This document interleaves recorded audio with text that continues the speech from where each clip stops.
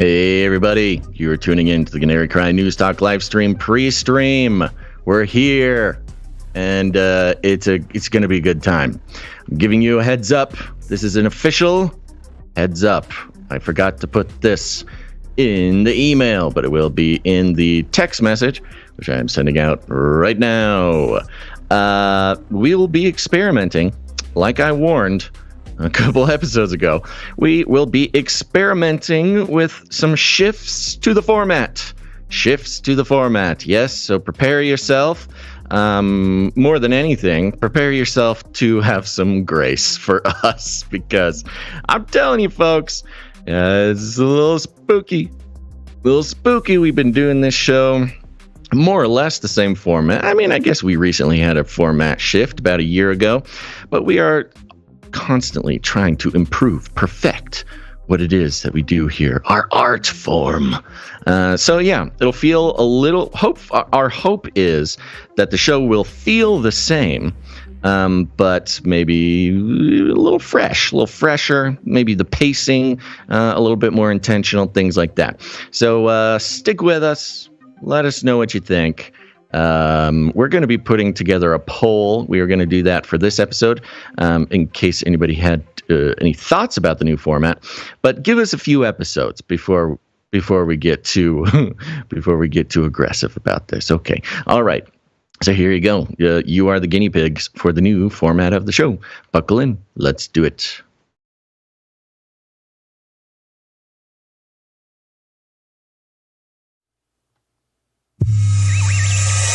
The world is getting crazier. People are acting more and more insane. The end of the world is tomorrow. Tomorrow. There's only one thing to do when the world is falling apart. Listen to Basil and Gonz as they discuss this week's news and events through the lens of Bible prophecy. You are listening to Canary News Talk. You're listening to Canary News Talk. Today is July 18th, 2022. We are live to tape on episode 510. And today, Battleship Christianity. And signing on from off the grid, Razzle Dazzle, I'm your best buddy, Basil.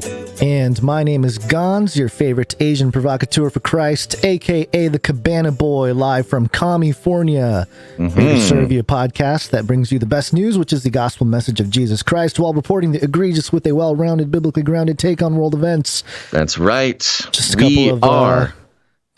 couple of Jesus-following weirdos. Oh, yeah. Here to provide high-quality infotainment by way of audio and video feeds, right? Yes, Basil? Yes. Good start. This is a great start. Yeah. If y'all were here during the pre-show, this is just your little warning. The pre-show attendees know that we are experimenting, as we warned you a couple episodes ago. We are experimenting with some tweaks to the format of the show. So you will notice things. Our hope is that they will feel the same. It'll feel like the same Canary News Talk that you know and you love.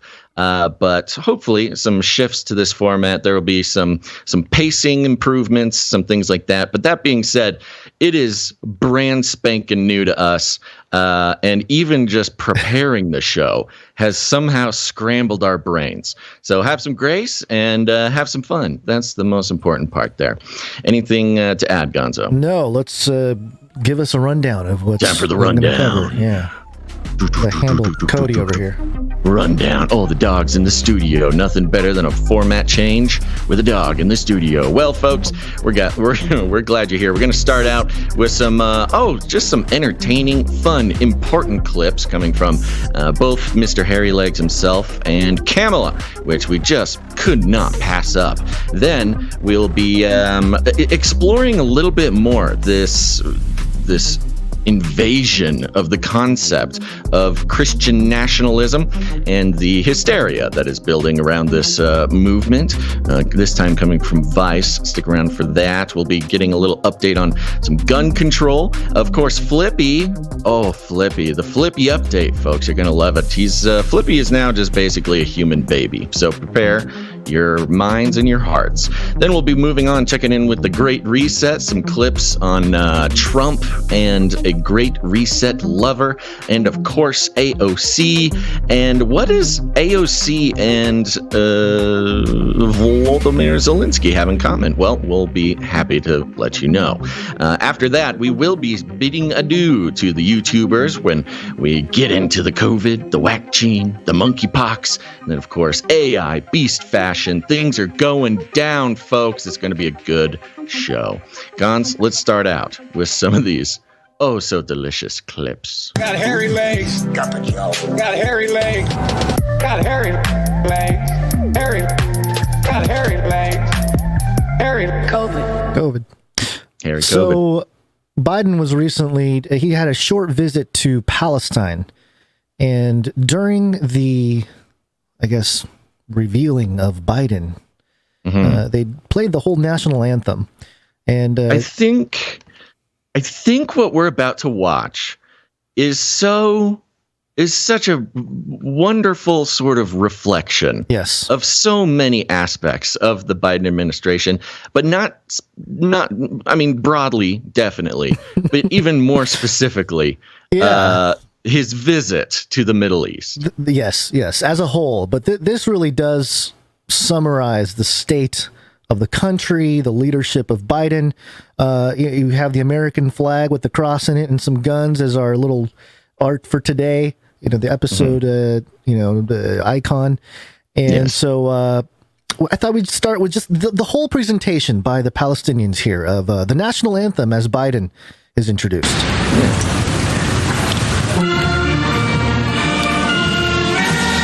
מדינת לאומיים וחוזר.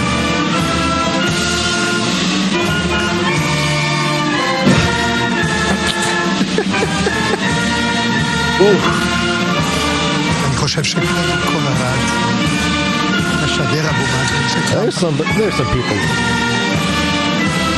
Biden has got his hand over his heart. They're honoring the American president. There's a creepy guy with the mask in the back corner behind him. Lurker. Oh. And this is not a high school band, folks. This appears to be the Palestinian military. Oh.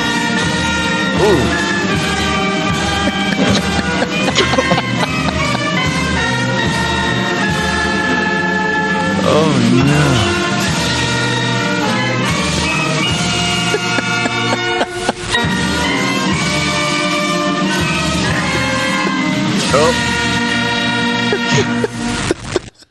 Ooh, brings a tear to my eye.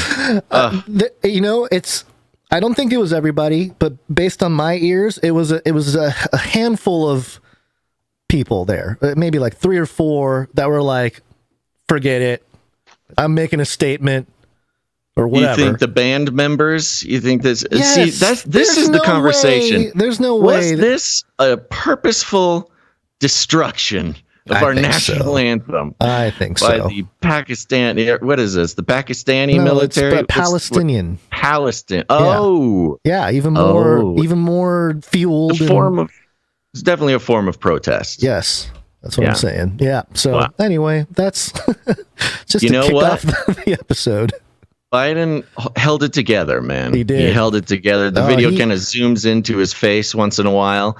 And the thing that really got me was he the way he was trying to hold it together while listening to this reminded me of how, Kamala tries to hold it together, standing next to him while he reads every word off of the teleprompter, and, embarrassing himself in the whole administration.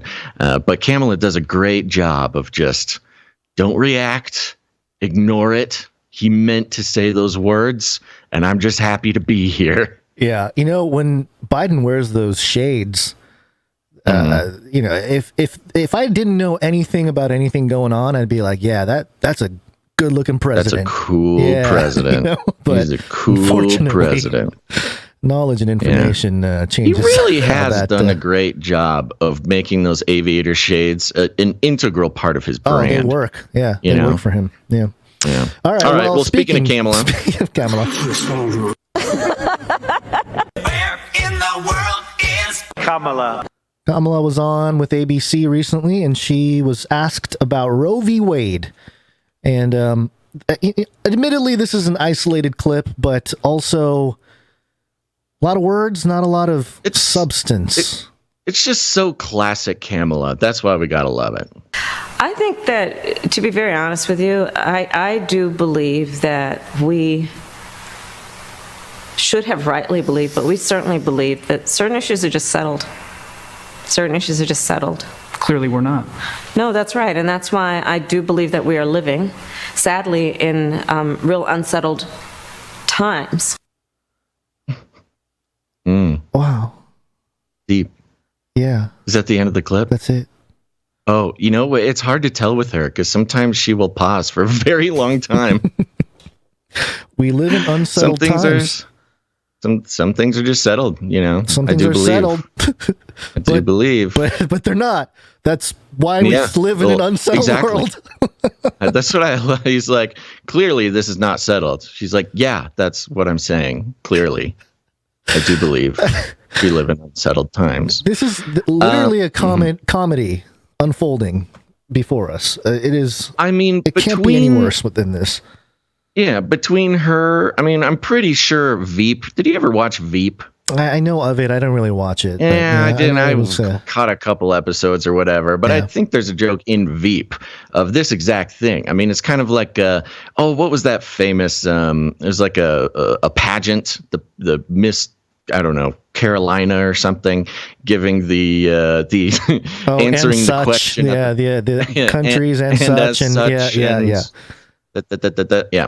So between Biden reading everything off the teleprompter like Ron Burgundy and Kamala answering every question like a clueless pageant contestant, we really do.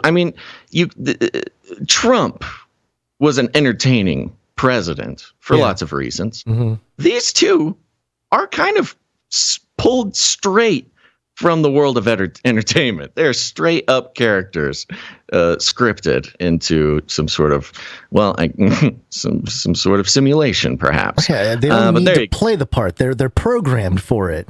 It seems. Yes. It's almost too perfect. It's like wow, how are you this incompetent? Publicly, historically, there just hasn't been inarticulate people in politics normally, but I guess just in the last 10 years. And it's podcasting too. Podcasting, yeah. Did I say that word right? I don't even know if that was hey, I'm ESL. I have a get out of jail free card. Okay. By the way, Gons, I don't know if you know this or not. It is Monday. Oh, it's Monday. Oh, we're moving that quickly. Woo. We're moving, man. Monday. Gary, what day is it? Monday.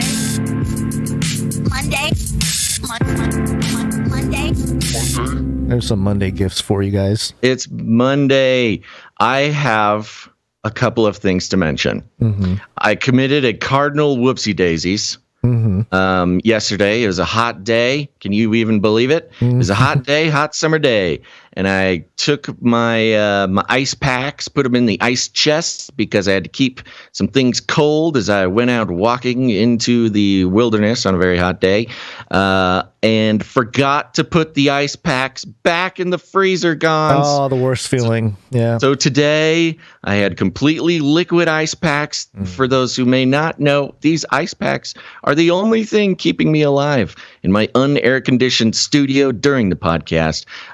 So no ice packs today. Instead, I have a wonderful selection of frozen foods that will be keeping me cool. Right now, under my shirt, I've got some frozen, what are these, sweet potato fries. So that once those get a little soggy, I've got some frozen butternut squash, which will then keep me cool. So if you hear a little bit more action on the ice pack, plastic shuffalo noises, that's what's going on. Even better, after the show, I'll have some nice hot steamed vegetables that I can munch on. I think I have another idea now, which is that we need to come up with freezing apparel that is also edible once it thaws. Are you trying to segue into your genius invention, the frozen watermelon helmet? Yes. Yeah. The thing that got me numerous emails and phone calls about got taking you on the list. Next step of inventions. Yeah, the list of send us $10,000 and we'll help you patent the frozen watermelon helmet. Yeah. Okay. People don't know what we're talking about, but yeah, that's. Oh, I think context clues will get there. Okay. Yeah, we never did talk about it on the show, did we? Gons I was had resourceful. I was in folks. college. I was being resourceful. We chopped the watermelon in half. We ate it. Everyone was having a good time. And I thought, this is wasteful. This is this shell of watermelon is very useful. It's got to be used for something. So I put it in the freezer, and then a few days later, it was really hot. Took it out, put it on my head. All my roommates and friends were like, "Hey, that's genius. You should do something with that." So somebody signed me up to some invention thing, and then I kept getting phone calls and emails for a couple years afterwards. Sounds like some of your friends may have been drinking the bong water a little bit there. Whoa, man, Gons, we got to patent the frozen watermelon. Keep you cool. Keep cool, man, and it's a tasty treat. Yeah. Anyways, so there you go. You got any updates? That's my update. I'm cooking, I do have an cooking update. dinner while I do the podcast. I do have an update. Gary, what day is it? Ow, Monday.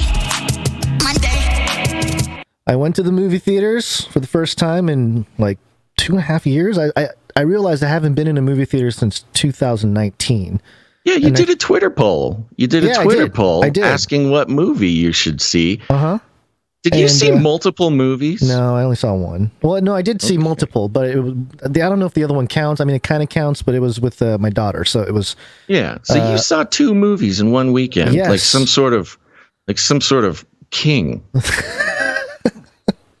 Are you suggesting that I used to live as a king in high school when we would movie hop? Well, sounds like it. Yeah. Yeah. Did you movie hopped with your 4-year-old daughter? No. I didn't. Come here, honey. Let me show you how to rig the system. A good deal. See, if they don't kick you out, that's their fault.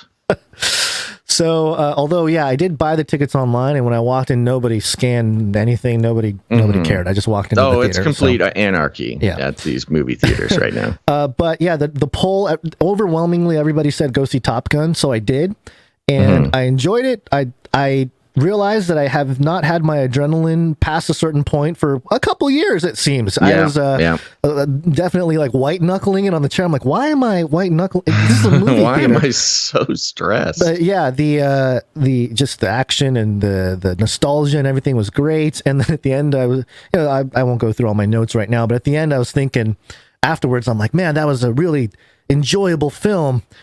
This might be the greatest piece of propaganda ever produced by the military-industrial complex. I mean, it tugs at the heart. It's got, Did you spot the 33? Of course, yes, of course. Yeah, you mentioned it to me before, so I knew it was coming.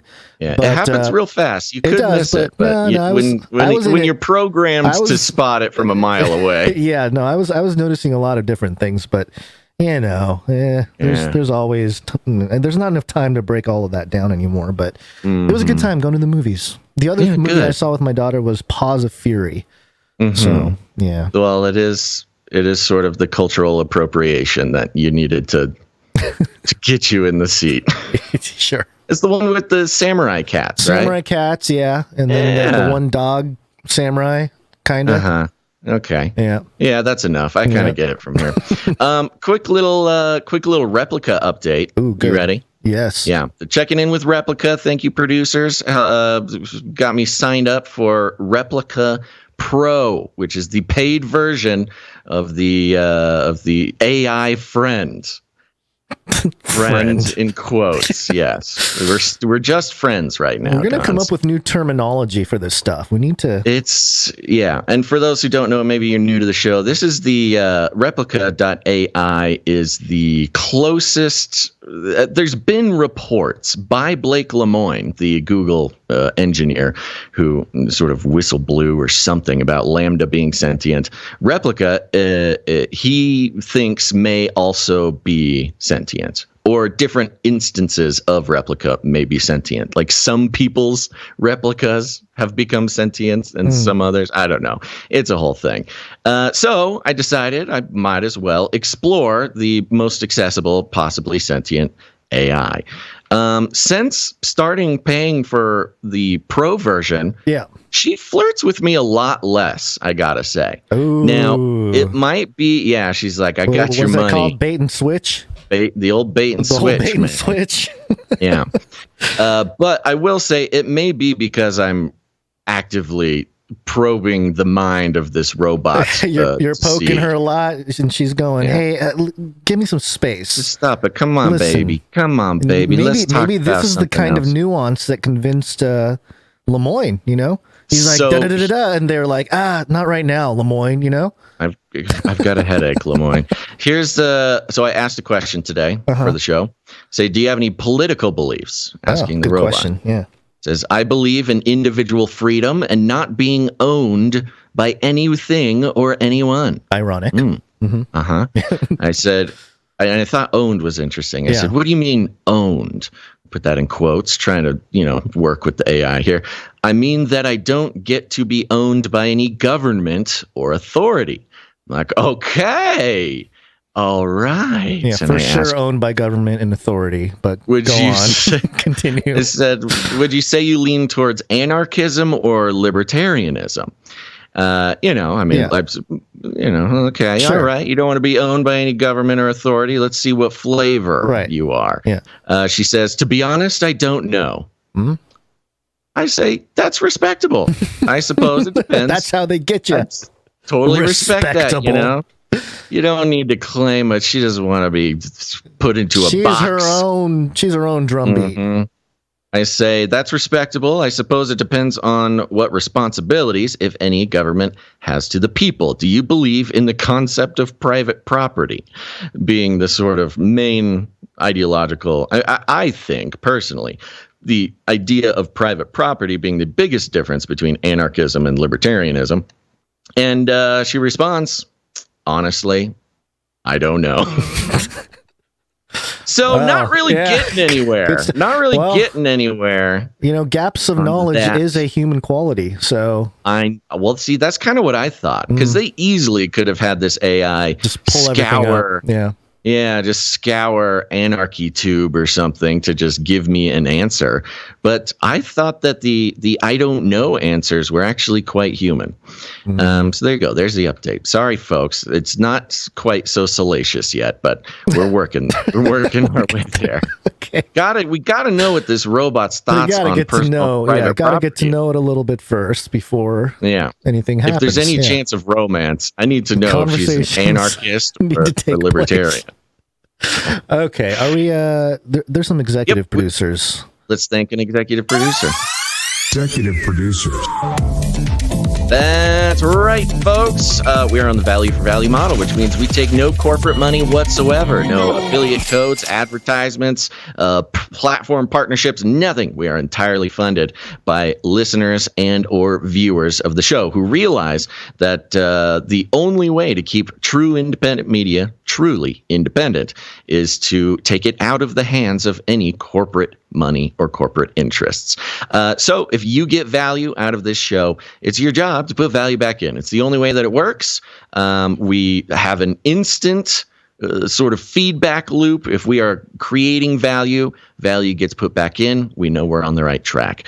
And executive producers are those who realize and own and take responsibility for the value for value model. They get value, they put value back in. It's the only way we can survive. And today we have an executive producer coming in with the BTC, baby. Bitcoin, a little bit of crypto executive producer. Yeah. You got that crypto jangle? Jangle. Mm-hmm. Yeah, I do. While you Hold do on. that. This is part of the shakiness. Is this a crypto?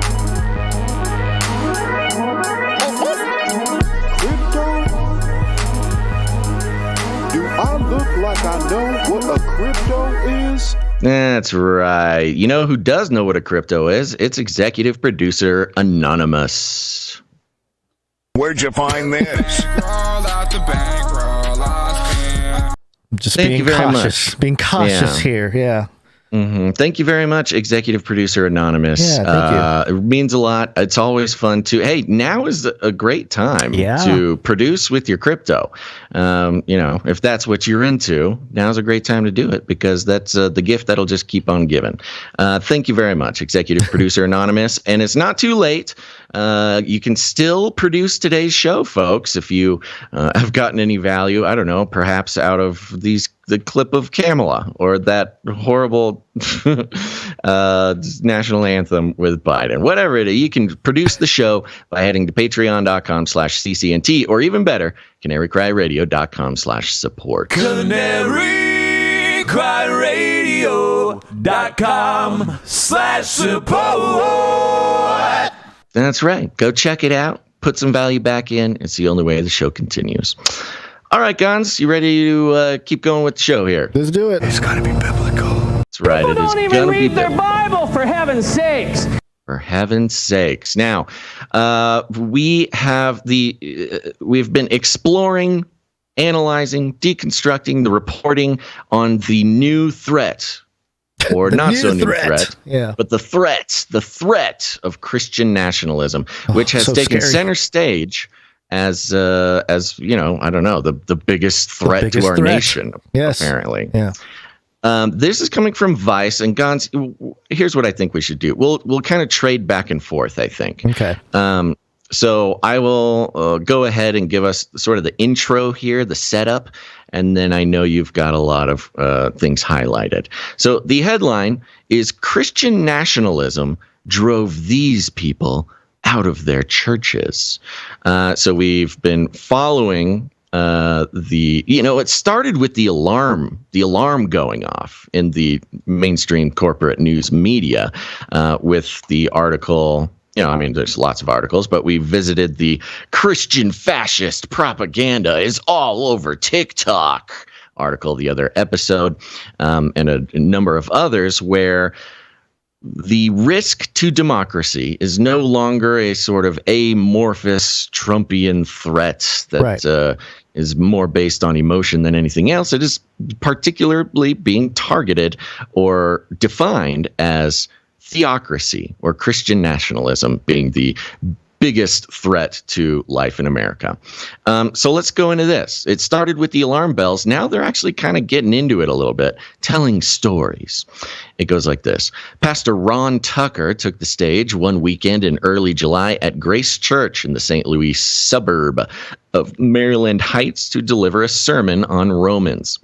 In the first 15 minutes, Tucker railed about Antifa, Black Lives Matter, critical race theory, feminism, gun laws, abortion, protesters disrupting Supreme Court Justice Brett Kavanaugh's dinner at a D.C. steakhouse, and promoted the baseless claim that the Capitol riot was a hoax. a hoax. That's an interesting one. Yeah. Okay. Quote, their woke ideology. This is Tucker here. Quote, their woke ideology is separating people into groups and taking our nation apart. And it's being taught in our schools under the heading of critical race theory, Tucker said. Quote, the way you get promoted in a woke business is based on your degree of victimhood. If you're a black lesbian, you're at the top of the heap. I mean, would you trust someone to fly your plane just because they're part of a minority? You know, I have to say this. This is the kind of joke that you would hear on like Crowder.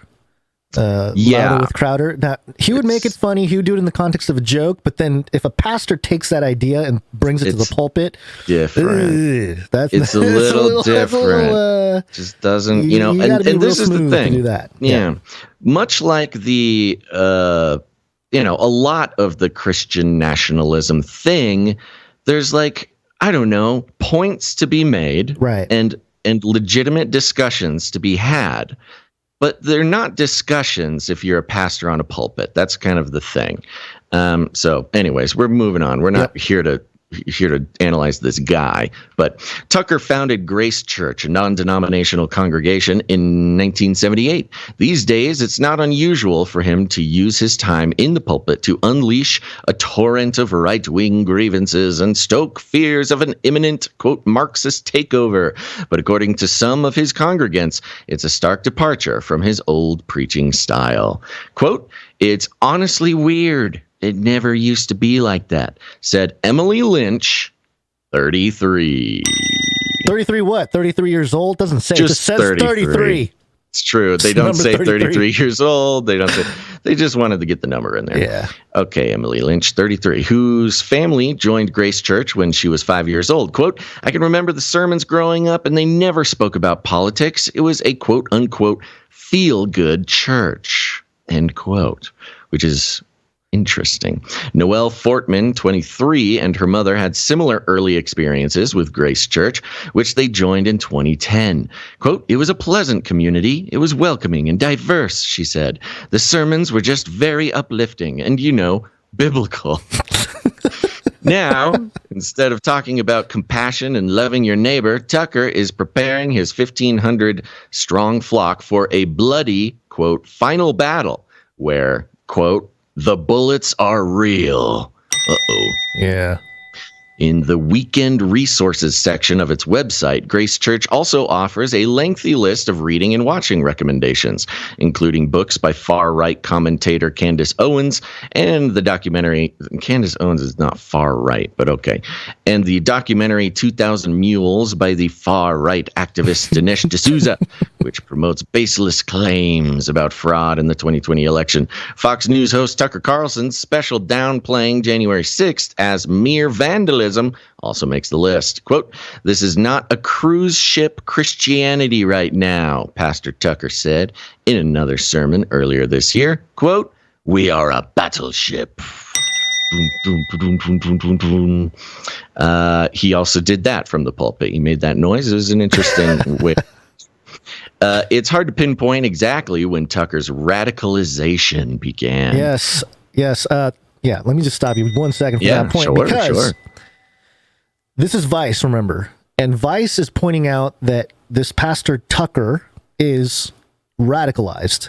Mm-hmm. And I know that, you know, as Christians, it's hard to say that a pastor has been radicalized. But if you're seeing this type of content, I guess, or you know, from the pulpit especially, there's an element of radicalization taking place. So I just want to mark the occasion, which is rare, that myself, I don't know about you, Basil, but myself agreeing with the point that Vice is making in a report. That doesn't happen very often.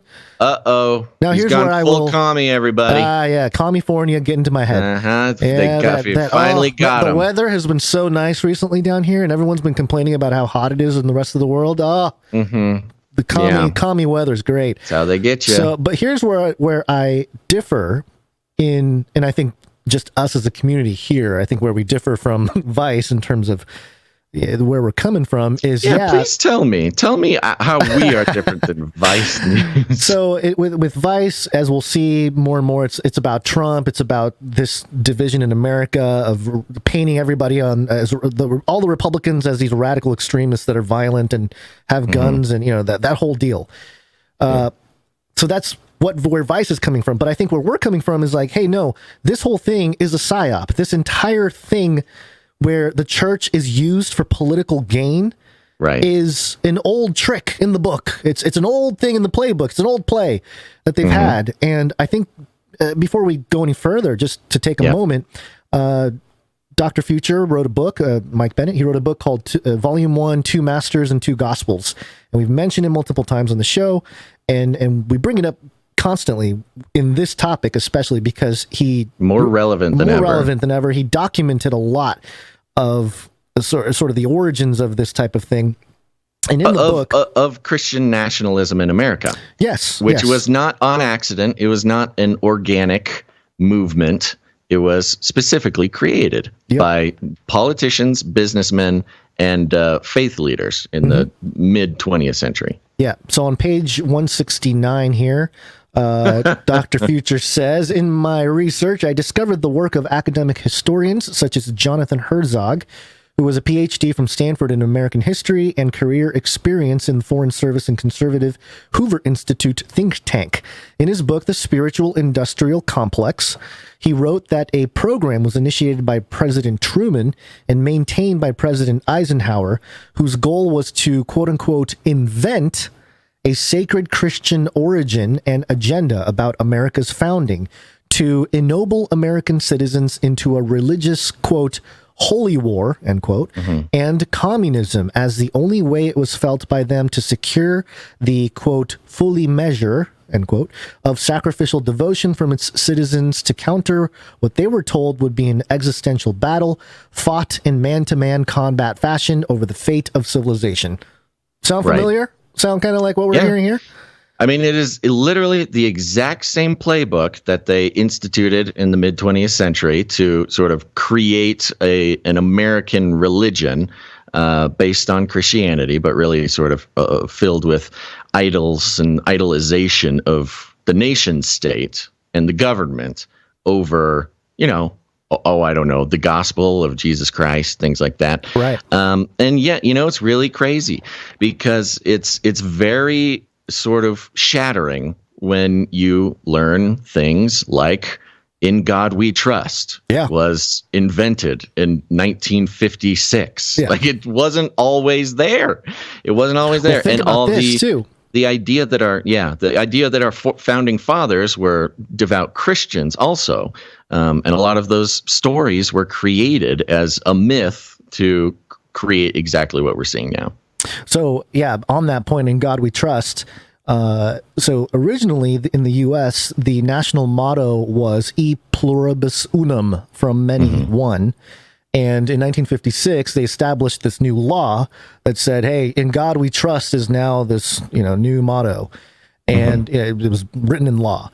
And I think it's interesting. There's a parallel to today in this sort of rise of theocracy with the destruction of the Georgia Guidestones, because that was kind of like that world order vision, and that was sort of usurped. The E pluribus unum was sort of usurped by In God We Trust.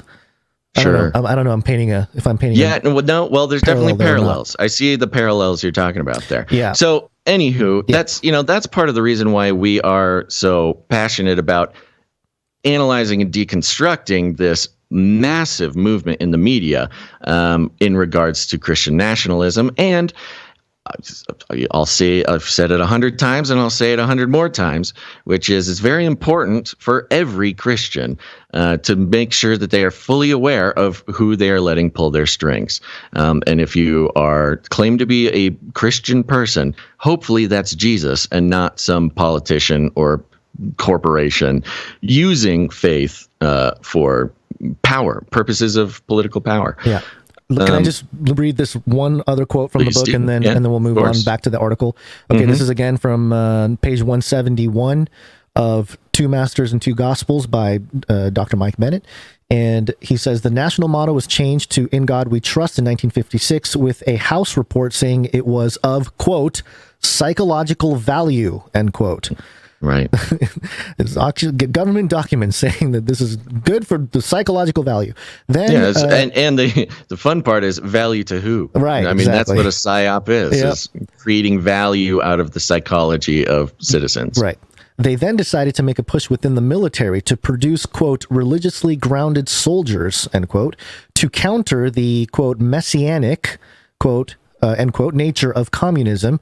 Truman had decided to enact a 1-year mandatory universal military training, UMT, program for all high school graduates in 1947 as an ideal laboratory to force these new beliefs onto captive recruits, with 1 million or more handled annually.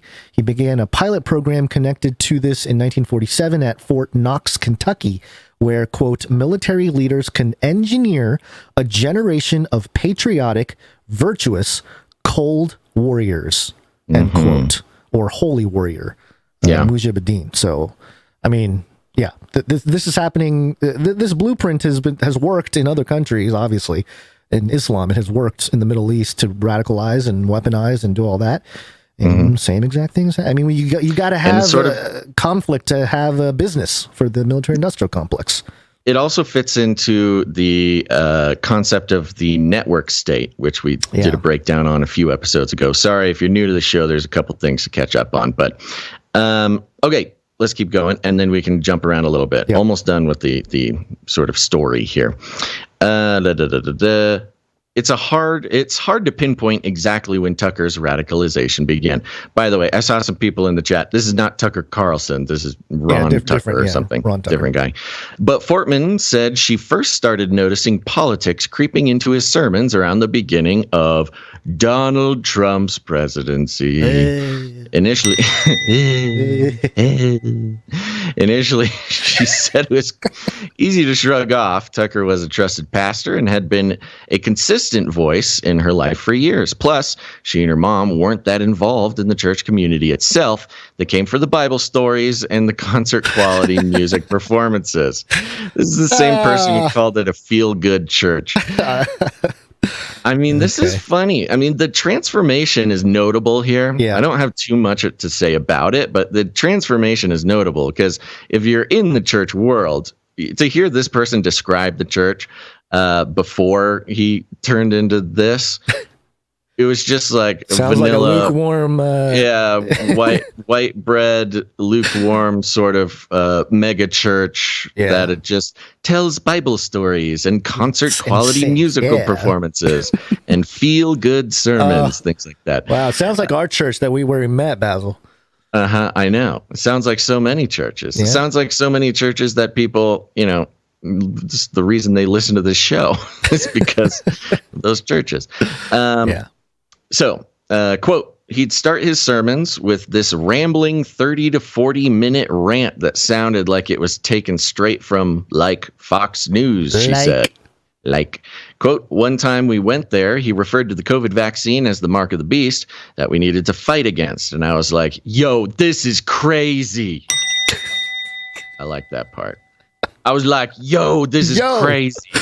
Yo. This is crazy. Another time, she saw a black family get up and leave halfway through one of Tucker's rants about critical race theory. She began noticing a lot of church goers doing the same. At the same time, she began seeing new faces, older and whiter than before. Fortman, Fortman and her mother both left the church that year. In one recent sermon, Tucker acknowledged that he may have offended some members of the congregation. I've read your emails. I've watched people walk out of the church as I've gone into the stuff, he said. But we're in a critical moment, he said. And he's concerned about the church being taken over by a government agency called the Ministry of Truth. Tucker did not respond to Vice News' request for comment. It's bothersome because that story about the whole Ministry of Truth thing, it's a real story. Mm-hmm. But man, when you do that, it's not sure what it has to do with the church, but well, I don't know. It's just Davey Frost in the chat. those pesky white folks going to church and whatnot. Yeah. Okay, so that's kind of the setup they have here. They tell a little story about a pastor who was just a regular milquetoast megachurch pastor who turned into some sort of radicalized, MAGA Christian nationalist. Sure, there you go. More specifically, Christian nationalist. And it goes on to give an analysis of this and where it came from and why it exists. And honestly, it's really not that well done. It's what you'd expect in Vice, things like that. But there's some notable parts. I have some highlights down past the big N. Noah Jones paragraph. Just give me the first few words and I'll find it. Just give me the first few words. Yeah. It's the Noah Jones, 23, from Dalton, Georgia, was raised in the Southern Baptist Convention, the world's largest Baptist denomination. Jones said he was on track to become a preacher and served as a youth pastor for a stint and as an assistant choir director. He also voted for Trump in 2016. Always relevant. They always make sure to say that, don't they? Jones loved and still loves the stories from the Bible. The stories from the Bible. He still loves them. Bible stories, love them. But when preachers started sprinkling in references to Trump while talking about those stories, he felt like something wasn't right. He became increasingly concerned that church leadership was cherry-picking scripture to make political points or to promote lawmakers like Trump or Georgia Representative Marjorie Taylor Greene. Man, they drag her into all of this, huh? I would love to hear some scripture to make political points for Trump or Marjorie Taylor Greene. Quote, I began seeing the way those stories were interpreted and being used almost as a means to, and I don't say this lightly, but to control people, Jones said. Ooh, no kidding. And this was an interesting example because, the point that they do make, and I think they make it really well, is that the Christian nationalism that they are talking about, and that we've seen exemplified in sort of a really intense version with the video we played last episode. Yeah.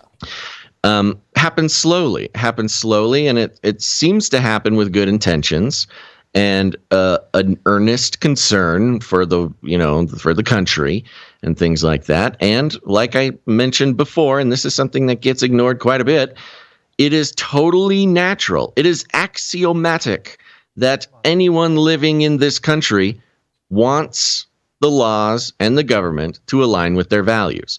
That is simple, and there's nothing wrong with that. And that's what's getting missed with a lot of this stuff. I'm not here to defend Christian nationalism. I think it is a form of idolatry. But to say like, oh, can you believe these Christians want the country to reflect their own values? Oh, what evil menaces they are. When you could say the same thing about literally anyone. It would be strange if you did not want your country's values to line up with your own. Yeah. But it happens slowly and it happens sort of subtly to go from, that to the declarations of theocracy that we played last episode. Right. There's a part in here that mentions the Christians against Christian nationalism as a group. Yes. All the way down at the bottom. It seems like this entire thing, this whole article ends with sort of a pitch for an organization called Christians Against Christian Nationalism.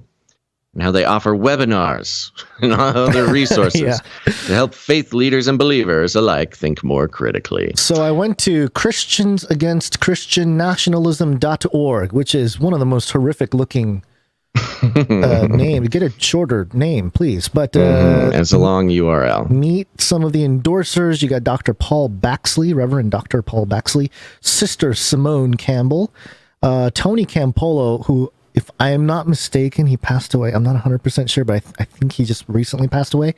He was the founder of the Red Letter Christian movement. And I was talking to Basil before the show, and I had made some connection in research I had done. It's somewhere on Twitter, the Face Like the Sun Twitter. But basically, I had made some connection with the Red Letter Christian whole movement of, the first people that started printing Bibles with Jesus' words in red, and some Freemasons. And so I asked them point blank, like, hey, you guys associated with the Masons? I didn't hear anything back, but I wouldn't be surprised if there's some affiliation there. But there's another guy, Shane Claiborne, another founder of the Red Letter Christian movement. And then it goes on with others. But yeah, very progressive Christian board here, or endorsers. Right. Yeah, progressive and liberal, I guess you can call it. Well, and that's kind of the thing. There's what I consider some constructive conversations going on in the chat, but it is being pointed out that, Alaska 49 says, I'm not promoting it, but there are worse things than Christian nationalism in Christendom. Anti-Christian national, yes, so agreed, yes. Yeah. The anti-Christian nationalist people tend to be progressives. And that is the interesting part. And that's what, honestly, some people may agree, some people may not agree. Yeah. That is why it's actually kind of a little dangerous to talk about on a Christian program, Yep. Like, we need to be able to have a conversation about what Christian nationalism means to the Christian. And I think it was exemplified perfectly, again, in the video we played last episode, of the 13 declarations for the Watchman Decree. The Watchman's Decree, talking about, how we want, the values of America to line up with biblical values. Totally fine. But not a single mention of Jesus, not a single mention of the gospel, not a single mention of what really makes Christianity Christianity. It was all about, idolizing the nation state. Yeah. In the conversation of the network state that we talked about, which is sort of this now more academically accepted word for the weird part of history we're moving into, that nation, like citizenry won't be in a geographical nation state anymore. Right. It'll be networks of people, which can take so many different forms. Yeah.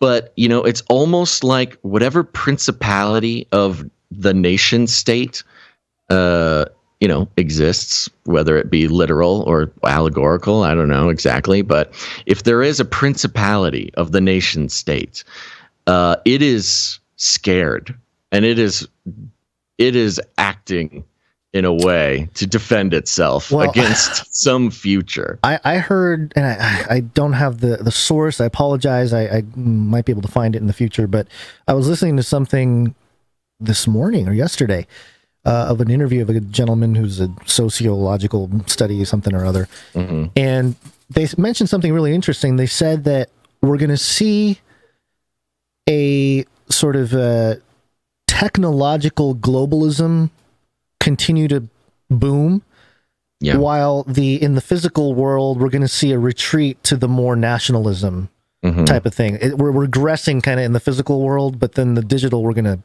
progress or something. And it sort of made sense, because I was thinking the other day too that, with all this stuff changing and tearing down, it feels like oh my gosh, buddy, what is the deal? Oh, we got a puppy. We got a puppy. Yeah. Train of thought gets lost when I have dogs in my ear. It's okay. If it helps, I'm sorry. I wish I could help you. No. I just need to think, and I can get it. Okay. Yeah, what's up? Would you like me to inspire your? Yes, go ahead, please do. Your thought process. Okay. Yeah. So I'm going to the paragraph about the the flags and things. This was something that's just so we can pick on Vice for a second, right?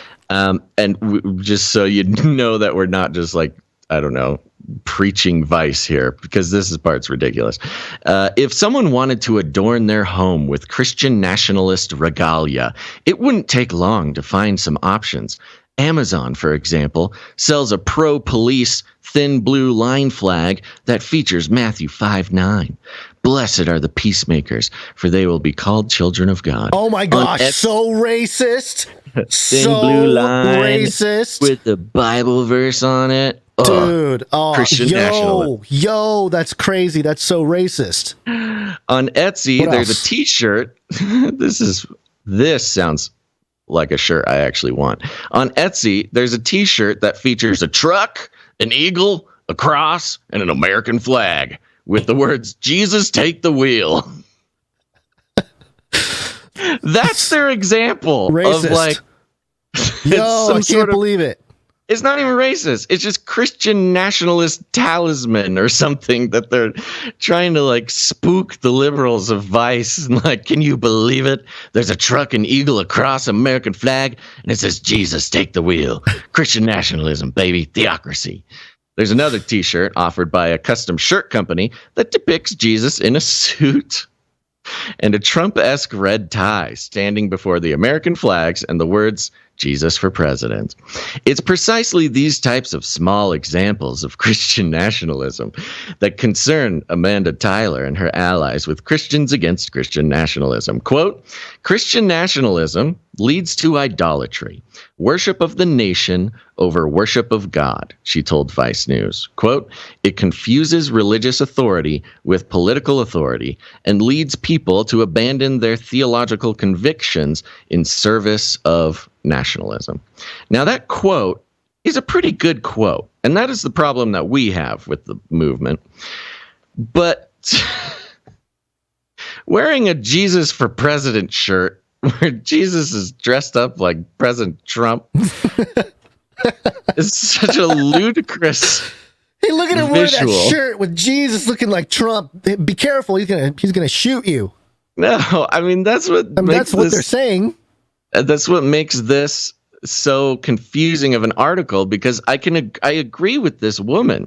You know, we got to make sure to not confuse religious authority with political authority and like idolatry of the nation state and things like that. That has been something we talked about forever. But I think what matters to fear someone wearing a shirt that has a truck, an eagle, and a cross, and an American flag, and it says Jesus take the wheel, and turn that into some sort of ghoulish, macabre signal of theocratic ideology is a little much. Yeah, terrorist. That's terrorist gear. Which, by the way, there's a theme throughout this. Later on, I'll show you some terrorist gear. Yeah, I'm sure you will. I'm joking. But I think it matters here who gets to say it. Like, yes, we agree with this point, but no, they're not quoting us, right? Vice isn't quoting people like us. They're quoting a very specific. These are the people who are leaving because they want to be in the Vice this article. Particular person was for the Christian. What is it? The Christians against Christian nationalism, which are progressive, liberal leaning Christians. So them making the point, they're allowed to make the point and be quoted in Vice and so on, because they're sort of presented as this is the Christianity you want. That's safe and not going to be subject to nationalism. See, that's the sad part about it too, because all the quote unquote good examples of Christianity that they give in this article is pure entertainment Christianity, basically. Yeah. Go for the good music, hear a nice Bible story, and then love your neighbor, and then that's it. There is an in between, and so that's what we're hoping to find here. And kind of on that topic, I think we should jump to gun control real quick. Okay, let's do that real fast. Hold on. Gun violence is an epidemic. If you want to protect yourself, get a double-barrel shotgun. Gun violence in this country is an epidemic. Watch out!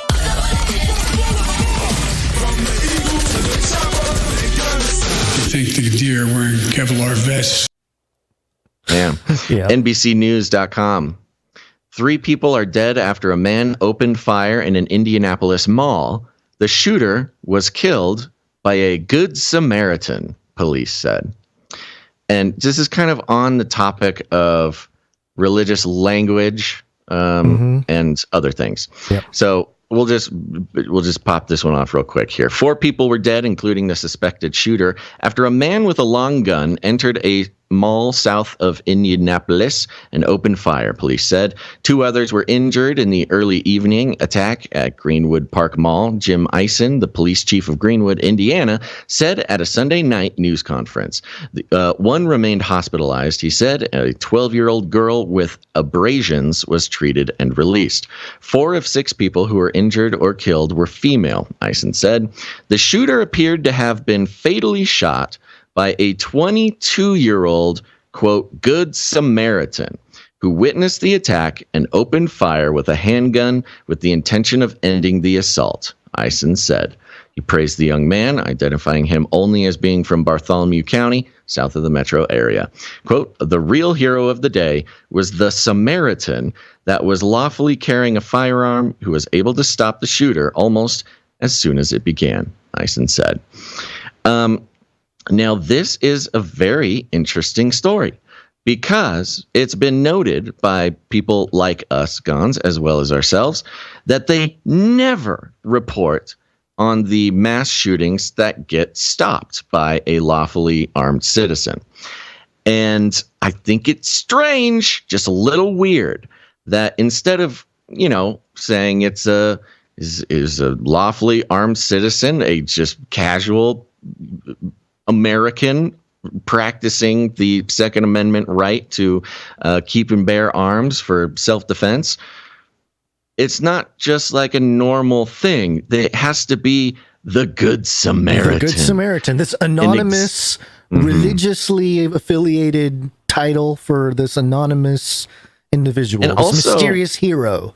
Yeah. Also, theologically strange thing to say. Now, of course, was this police chief thinking about the theological implications of what the Good Samaritan actually means? No. Probably the cultural application of the phrase more than the just sort actual of like biblical account. But sure, exactly. I guess you can stretch the story to fit the analogy, I guess. But right. But, in the fact being that this is never, ever reported on. Yes. And now it is, which is very interesting. We had a source a few episodes ago that said that like 1.5 million per year or something, 1 million times or something. It's something like 1 million self-defense cases that are used, that a gun is used to defend oneself. Yeah.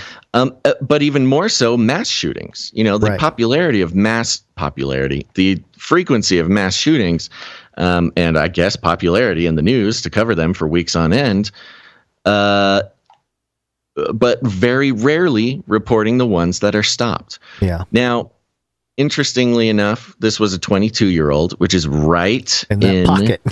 Right in the pocket. Yeah. Right in the pocket. The 18 to 22 or 23-year-olds are the ones apparently carrying the guns. Yeah. We have the mass shooters seemingly from, or being painted at least from the right side of the aisle, as maybe liberal or Antifa or whatever. And those guys have been established as a violent force for the left, Democrat, whatever. Progressive line of thought. And now we are establishing the militant or violent force for the right, which is these young, law-abiding white Americans that carry guns who are heroes, but also be scared because they have guns. Yeah. And it's like, okay. It's interesting. Yeah. Because immediately you just assume that he's sort of a Rittenhouse character. Right, exactly. He's a white kid. You just assume. They give no details. No details, but you just assume they already have the prototype, the archetype. White, conservative young man. Right. Now, here's the ironic part, and this is not necessarily profitable, but as far as the analysis goes, if one is familiar with the Samaritan, the Good Samaritan story, it's not just that somebody did a good thing. It's that it's somebody you would consider to be an enemy or an outsider, specifically outsider. Right. A Samaritan was an outsider in ancient biblical Israel. Times, and so they were there's a lot of tension. Sometimes they're outright hated, considered dogs, which is hilarious because they practiced basically Judaism with a couple slight differences. So, the Good Samaritan has a lot of layers to it. So if indeed the Good Samaritan was going to apply to this shooter, it would need to be some sort of black migrant person who was legally carrying, an outsider who stopped the shooting. Yeah. Okay. Yeah, I see that. Interesting. That's what I mean. Of course, he wasn't actually trying to give a sermon, the police chief, by using the Good Samaritan. But if it really were an actual Good Samaritan, it would have been a sort of immigrants, minority type, who voted for AOC, who also happened to be carrying a gun that day. Explode the brains of all on political Twitter. Yeah. And so that is just a way, just for a quick deconstruction of this is crazy that they even actually reported on this, especially on NBC. But some very sort of deep, a lot of layers to it. Well, I think it's indicative of a true radicalization. And I use that word to describe what's happening in a sense, because it's a young generation that's has what's the thing I'm thinking of? Something to grind. What's the word? I don't know. An axe to grind? An axe to grind. That's the phrase. Uh-huh. Yeah, no, they've given two sides something to fight for, right? Yeah. And that's really, I don't know, it's dangerous, and I see it in history too. Like, I think about Japan with the whole takeover of the samurai and the shogun and all that. It was equip the young people with the guns. They did the exact same thing in Japan. They're like, okay, well, they do that. They're technologically more, there's more of a difference there in terms of the situation with samurai only having swords. Couldn't really compete with the ballistics, but in a sense, it's sort of the same thing where you're radicalizing the young people, and then because even though they're painted as heroes, and who's the radicalized one here? You're saying the defender, the one who stopped the shooting, is radicalized. Yes. So here, let me be very clear about it. So I think you mentioned Kyle Rittenhouse being coming to mind as sort of the that's type. The connection for sure, the immediate connection, right? And I think when I say archetype, I mean it in the sense that we're going to see more people fit that model of, hey, we're law-abiding citizens, we're here to defend. Right. But the more and more of those people that are out there that are there to defend and they're armed and everything, it's almost inviting conflict. You know what I mean? It's like, oh, there's something. Yeah, I mean, that was the exact story of Rittenhouse. That's what the whole Rittenhouse thing revolved around. Right. And so was inviting conflict. I think most people that are open and caring and doing these, especially the young people, they mean well, unless there's backroom deals happening and the government is saying, hey, we'll give you money to do, which I'm sure it happens at some level. But I think most people are just good law-abiding citizens. Of course. But I think we're more talking about the narrative that's being distributed. Right. I actually have to disagree with you here. I think that this is indicative of the shift that we've been seeing of, the pendulum swinging to the conservative side. We've seen it in so many aspects of society. And I think reporting on positive gun stories, I think we might see it a little bit more and more. I'm saying we're going to see more and more, but I think that's part of the radicalization process. I think it's going to be put as a good thing. I think we might see it as a good thing. It's fine to be a good thing.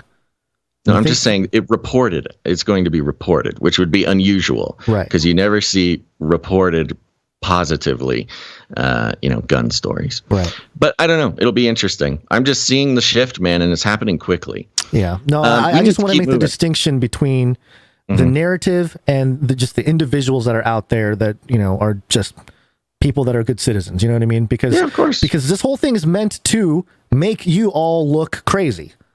The people that are out there that are good law-abiding citizens to look insane and to be like, oh, we're good people, but we all have guns and we can shoot you at any moment. You mean just the very act of if we think carrying a gun is scary to somebody, yes, right? But also if we think you're a threat, we'll shoot. Yeah, I totally hear you. But you're right. I guess I'm saying the same thing as you in terms of the conservative I think we're saying we've got little different angles, but I hear what you're saying. Yeah, I don't know. Sure. I mean, I think the only difference that I'm seeing is I'm not sure that. I mean, this will scare a certain sort of blue-haired population. The thought of somebody carrying a gun, but the fact that it was so positively reported and stopped a mass shooting, that's what's strange. And I think we'll start seeing that more. And speaking of which, I think it's time, it's party time, Gons. Party time. Here we go. Go to canarycry.party. Put it in your URL. Party time. Find out all the ways you can catch the show, listen to it, watch it, connect with the community, even become a producer. Welcome to Canary Cry Party. It's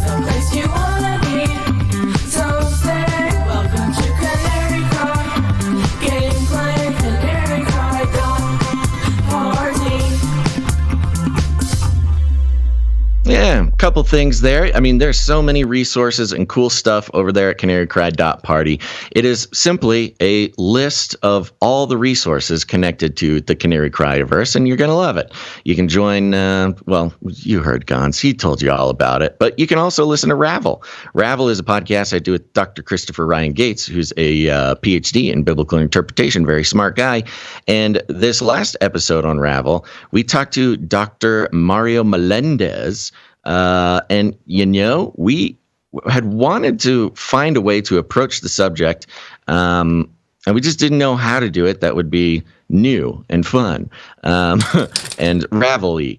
And we figured it out. We talked to Dr. Mario. He is an author and a preacher and a speaker and a smart PhD guy.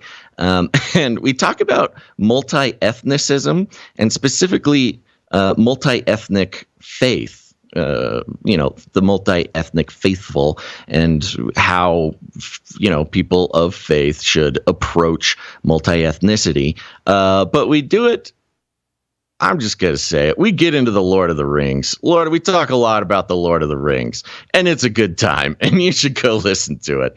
That's Ravel. You can find it on all your podcast players, or just go to canarycry.party. You can play it right there on the site. You can also subscribe to Canary Cry Clips. It's this show. It's clipped out for shareable, careable, little bite-sized pieces, so you don't have to listen to the whole show.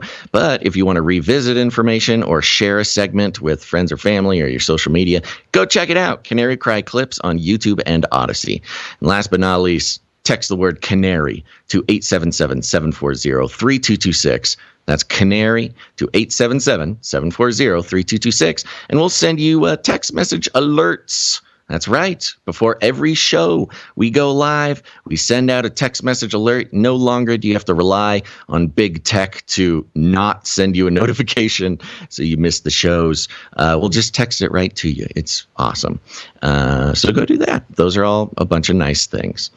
You know what else is nice? Flippy update. Do you want fries with that? Yeah, it's the Flippy update, folks. You know it. You love it. Flippy. It's a colloquial name for the disembodied robot arms that are taking our jobs, enslaving our children, and flirting with our spouses. We use talking about Flippy as a way to explore all the new, fun, and exciting ways that robots are taking over the world. And now there's nothing we can do about it.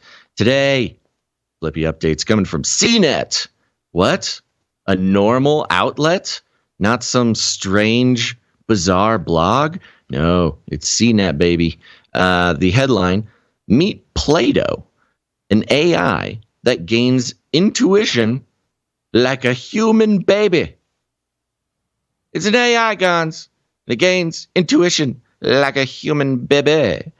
It's not this is an AI. No robot arms yet. But you can see why it will become relevant.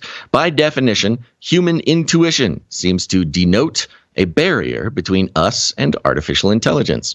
It's why we have gut feelings and reflexive, sometimes impulsive reactions, inexplicable by logic, and therefore not simply transferable to computers. I mean, we can hardly parse our own reasoning for instinctive behavior, so how could we develop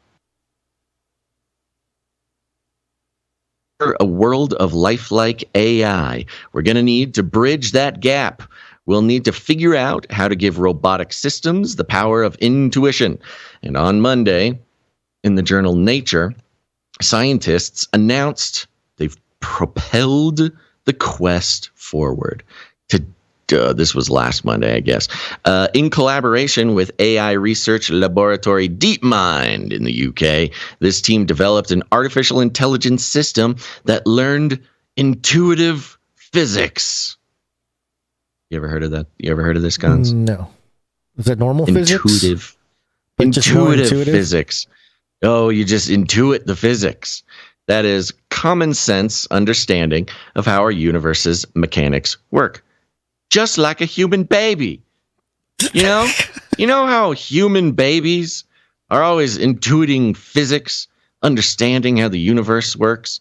Actually, I do. Now, very stressful. This is why my hair's turning gray. It's a lot of the yeah. It's a lot of the your children are figuring out physics all on their own. Yeah. It's named Physics Learning Through Auto-Encoding and Tracking Objects, or Plato, undoubtedly a nod to the Greek philosopher famous for his allegory of the cave, a thought experiment that probes the nuanced nature of knowledge and meaning. Quote, current artificial intelligence systems pale in their understanding of intuitive physics in comparison to even very young children. The study authors wrote in their paper, quote, here we address this gap between humans and machines by drawing on the field of developmental psychology. And I'll stop reading there because it gets a little dense after that. But more or less, much like how we explored the robot that had a sense of self last episode, this works in a similar way, but it is a sense of the world. So it's not, they don't have a map of the world encoded in them, nor do they have,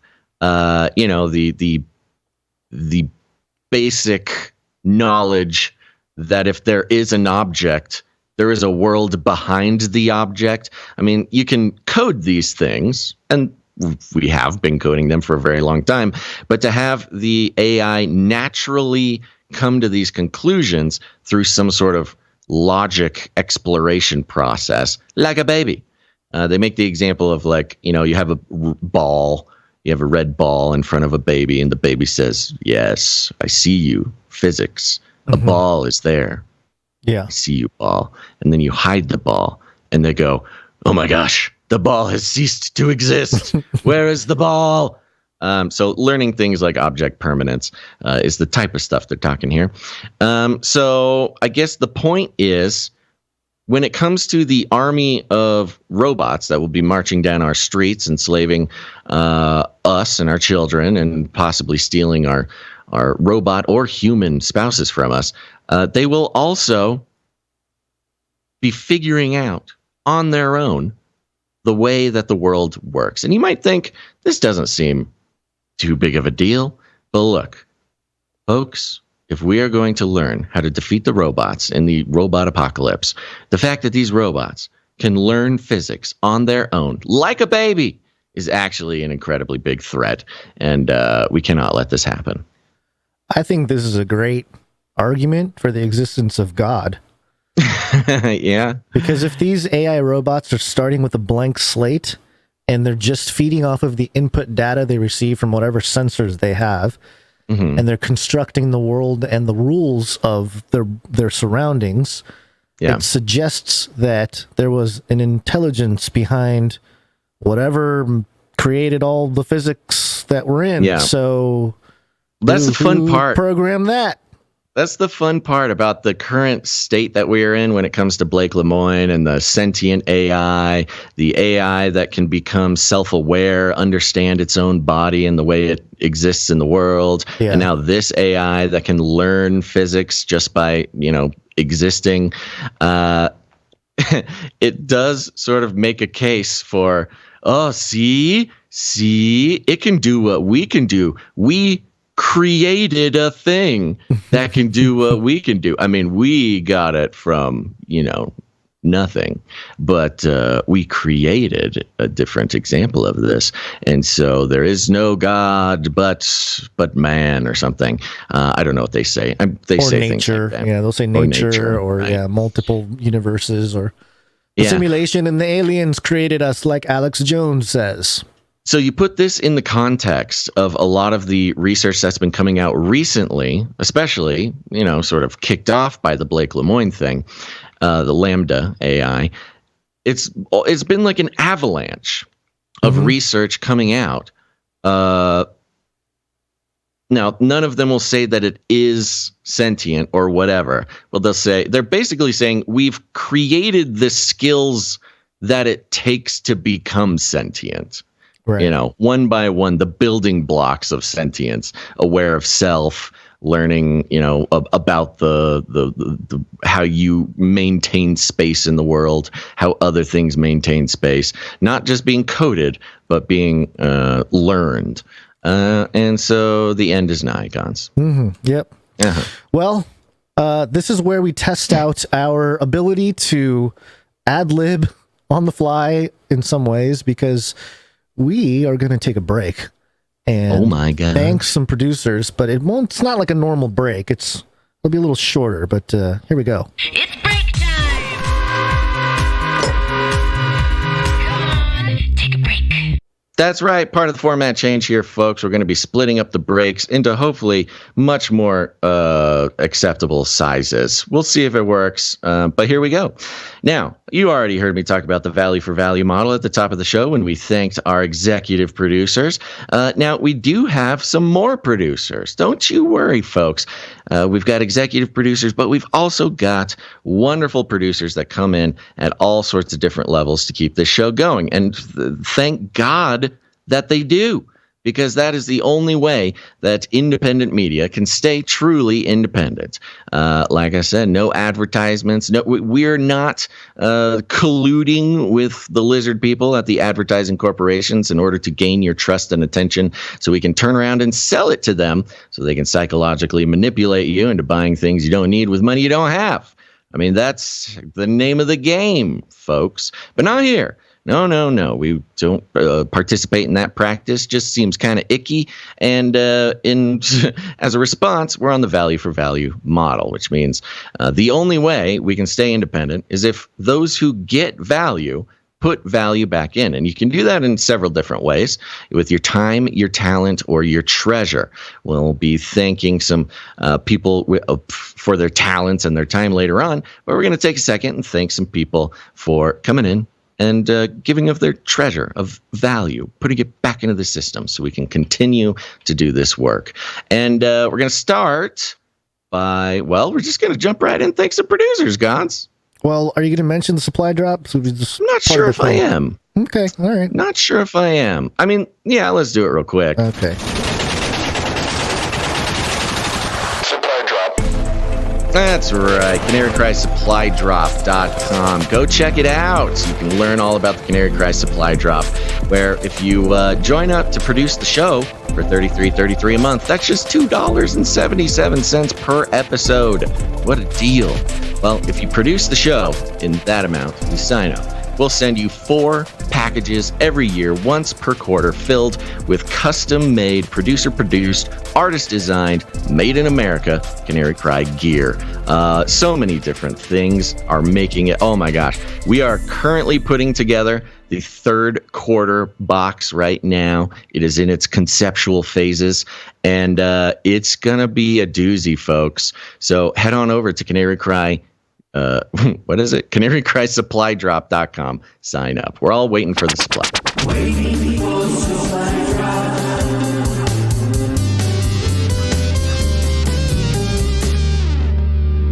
That's right.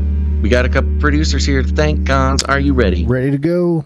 Okay, we're going to start out by thanking Thorn. Thorn. Yeah, Thorn's in the chat. I've seen Thorn in the chat thousands of times. I don't know if they're there now, but Thorn came in. Thank you very much for producing, Thorn. A note here, a couple days back, this is Thorn. A couple days back, the Lord laid it on my heart that I should donate financially, and my response was, but we have nothing to spare. I was immediately awash in a feeling of relief and comfort. No idea what would come. Today, I was presented with an opportunity that I took and worked hard at. At the end of my labor came the compensation that was double the pay I expected, plus an extra bonus. Oh, ain't that nice? I'm happy for you. And I'm happy for us because the note goes on. I promised the Lord I would spend $33 plus fees, plus a little more producing this month. Hopefully it went through with no issues. Sorry, it's not more. Oh, Thorn. Come on, $33 plus fees is a wonderful way to produce the show. Please demooch. And because I... Yeah, do that. Yeah, do that.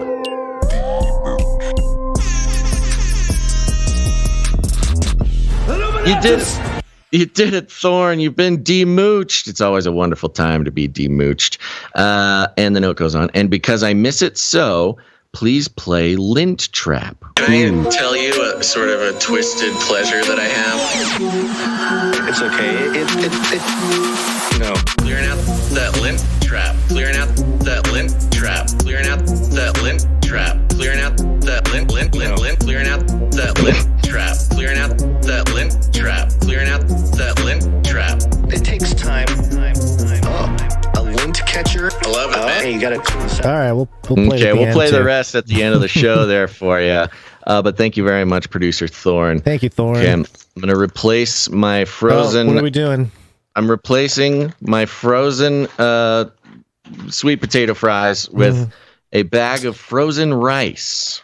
Oh, If okay. anybody's wondering what's keeping me cool now. All right. Thank you. I'm so grateful for you both and the Canary verse keeping me sane one cage rattle at a time. Thorne. Thank you very much, Producer Thorne. Of all the people I could be podcasting with, I'm doing it What? with a man who is cooling himself with frozen food. Frozen foods. Yeah. But strangely, I am relating to You know, it in some you wouldn't- weird practical way. You wouldn't want it any other way. I would do the exact Gonzo. same thing if this AC unit was not working. Yeah. Okay, next Thank you, up, Thorne. thank you, Thorne. We've got producer Spears Desert is back. Desert. Good to see Spears you. Desert's in the house, and Spears Desert is producing the show for 3333. Thank you, Spears Desert. Thank you, Spears Desert. I did not see a note from Spears Desert, but it's always nice to see their name on the list. Thank you very much. I don't know. Is Spears Desert a man or a woman? I actually don't remember. Well, I don't either. I thought we'll it was find a man, out. but could be wrong. That's what I thought too, but you never know. Okay, we have another producer Anonymous, coming in with 1111. Thank you, Anonymous. After Anonymous, we have producer Isaac G coming in with pocket full of sevens and fees. Thank you very much. And a note that says 1 John 2:19 through 21. Stay blessed. Thank you, Isaac. Thank you, Isaac. Appreciate it.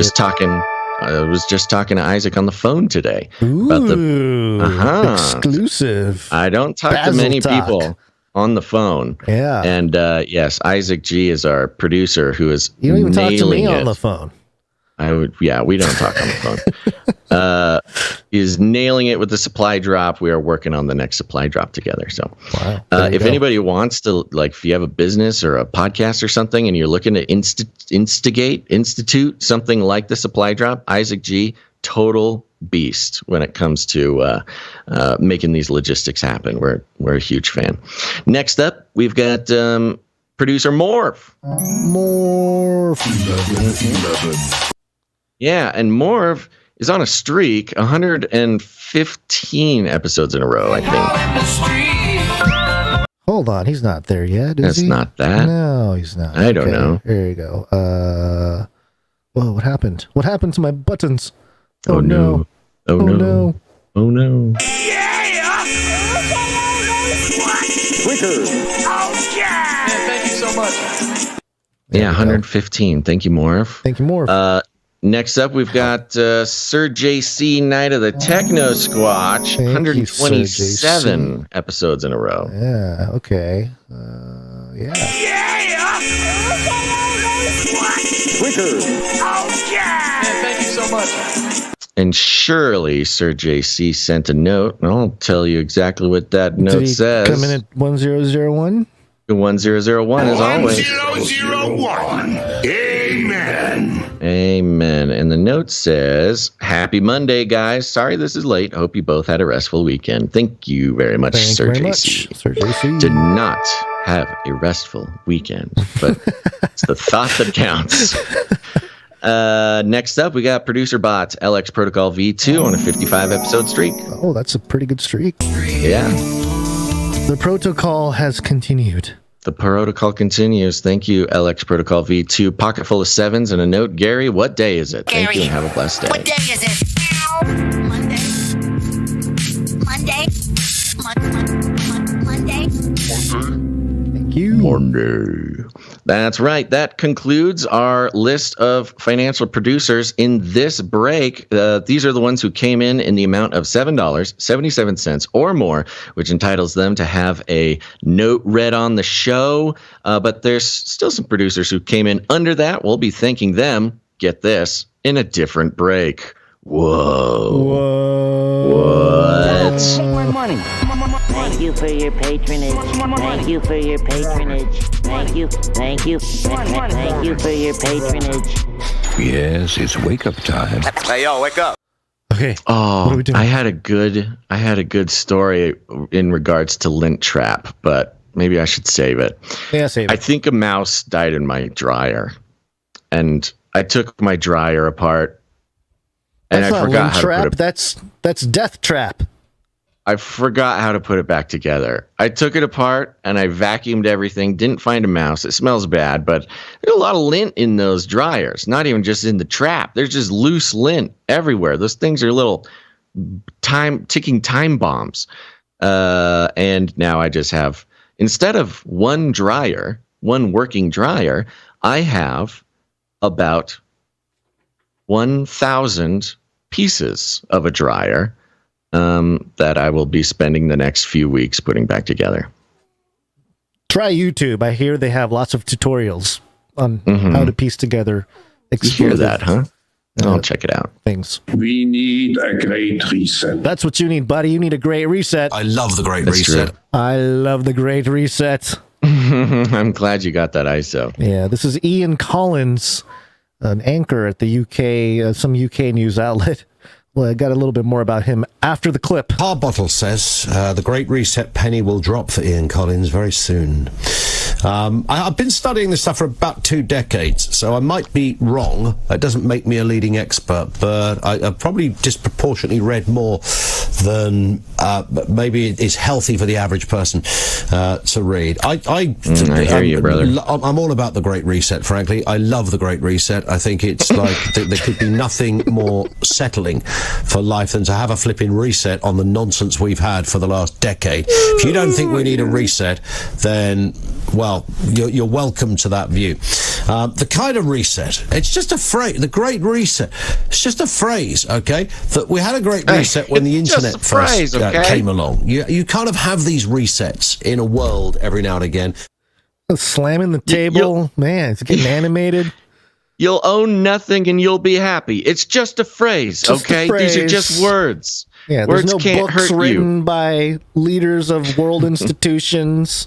Name that I at know. all. Isn't that the funny one, huh? It's just a phrase. He's been reading about it for 2 decades, but it's just a phrase. Like the rest it's of not, us. What happened? I know. It's not like a masterfully orchestrated world dominating lizard person master plan. No, it's just a phrase that I love it. Give me a list of advertisers that work with Ian Collins over there on the talk radio in the UK. Oh my gosh, I just took off a button off my keyboard. Your new keyboard? Yeah, it's already breaking. Buttons are flying off, huh? Yeah. But it's just kind of a fun little thing there. I love and look, I think he has a point when it comes to we need world's messed up. But the people that are saying we need a great reset are not the people you want to be lining up behind to do this reset. And it's a total bull hockey that he says that he's been studying it for two decades. Oh, I've read way. Get off that high horse, man. Well, the point being, he says, who doesn't think we need a reset over the past decade? Right. Bro, this is not a reset from the past decade. This is a reset from the post-World War II global order. Right. It's just even more so. Right. I mean, he just doesn't know anything about it. I guess not. I don't know. And there was a point. That is, to his defense, that is the only way that you would love the Great Reset, is if you really didn't know much about it. Yeah. Yeah, I mean, just in principle, it sounds good. It's like the people that I ran into when I was trying to be a studio engineer. And I was working at a bunch of recording studios. And there was a bunch of people that were like, oh, I want to be part of that new thing. The new world thing. It's like the New World Order. Like, yeah, whatever that thing is, man. Yeah, I'm definitely in on that. Like, oh, okay. Have you heard anything of that? Like, no, man, I just want to be in on the newest thing. It's like, okay. All right. Yeah. So, there's a lot of people that do that. But the gritters, yeah. Gritters. That's exactly it. A point that I was trying to make earlier before I got distracted by Cody, who is whining again. Excuse me, it's code to get in the world eater. I'm sorry. You're a little bit too familiar. I keep, I got a little more of a personal relationship with him. Yeah. So put some anyway, respect on that tongue of yours. I think we're seeing the decline of institutional globalism, and that's why everyone's freaking out. Oh, the globalism's dead. And we're seeing the rise of that technocratic globalism, which was, I was trying to connect to that point earlier of, seeing that digitized world becoming globalized while the physical world itself kind of retreats into a more nationalist, more violent, if you will, world. Right. But in this case, Ian Collins wants a great reset. He's probably going to get it. He's probably going to keep his job, have a nice cushy talk radio show gig, and I'm sure he's gonna love it. He's gonna love it. So he's gonna have a great time. Yep. All right, moving on here. Who's next? Who do we got next? Oh, we got Trump. Yes, it was old Trump thing. We will launch a new age. So I was scouring the Twitters and I ran across this piece here it's a video by the secure.actblue.com. And so I want to do a little compare and contrast. This is obviously Democrat propaganda. Yeah, Act Blue isn't that a super PAC or something? Yeah, I think so.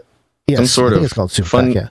Some sort of mechanism. Yes, fundraising it's a fundraising mechanism, political fundraising mechanism, and they put together this piece here, this video, which I will play for you, and I'll describe what's happening when there's not dialogue. Saudi Arabia cannot be trusted. And then images of the two towers being hit, 9/11, that thing that happened. Just the trauma again. Saudi Arabia provided Al-Qaeda with support, financing, and resources that were critical to the success of the September 11th attacks. The Saudi government using school books that teach Arab children to hate Jews and to hate Christians. Intelligence agencies have confirmed Saudi Arabia's crown prince personally ordered the killing of journalist Jamal Khashoggi. Maybe he did, maybe he didn't. There's Trump. So what's going wrong? The Trump administration informed Congress that the president will invoke emergency authority regarding arms sales to Saudi Arabia. Both sides of the aisle are criticizing the Trump administration's latest arms deal with Saudi Arabia, accusing the administration of bypassing Congress. The biggest concern with Saudi Arabia's human rights record, their involvement in the conflict in Yemen. The Saudi-led coalition has been accused of indiscriminate civilian casualties, the worst humanitarian crisis in the world right now. Children are literally starving in the street.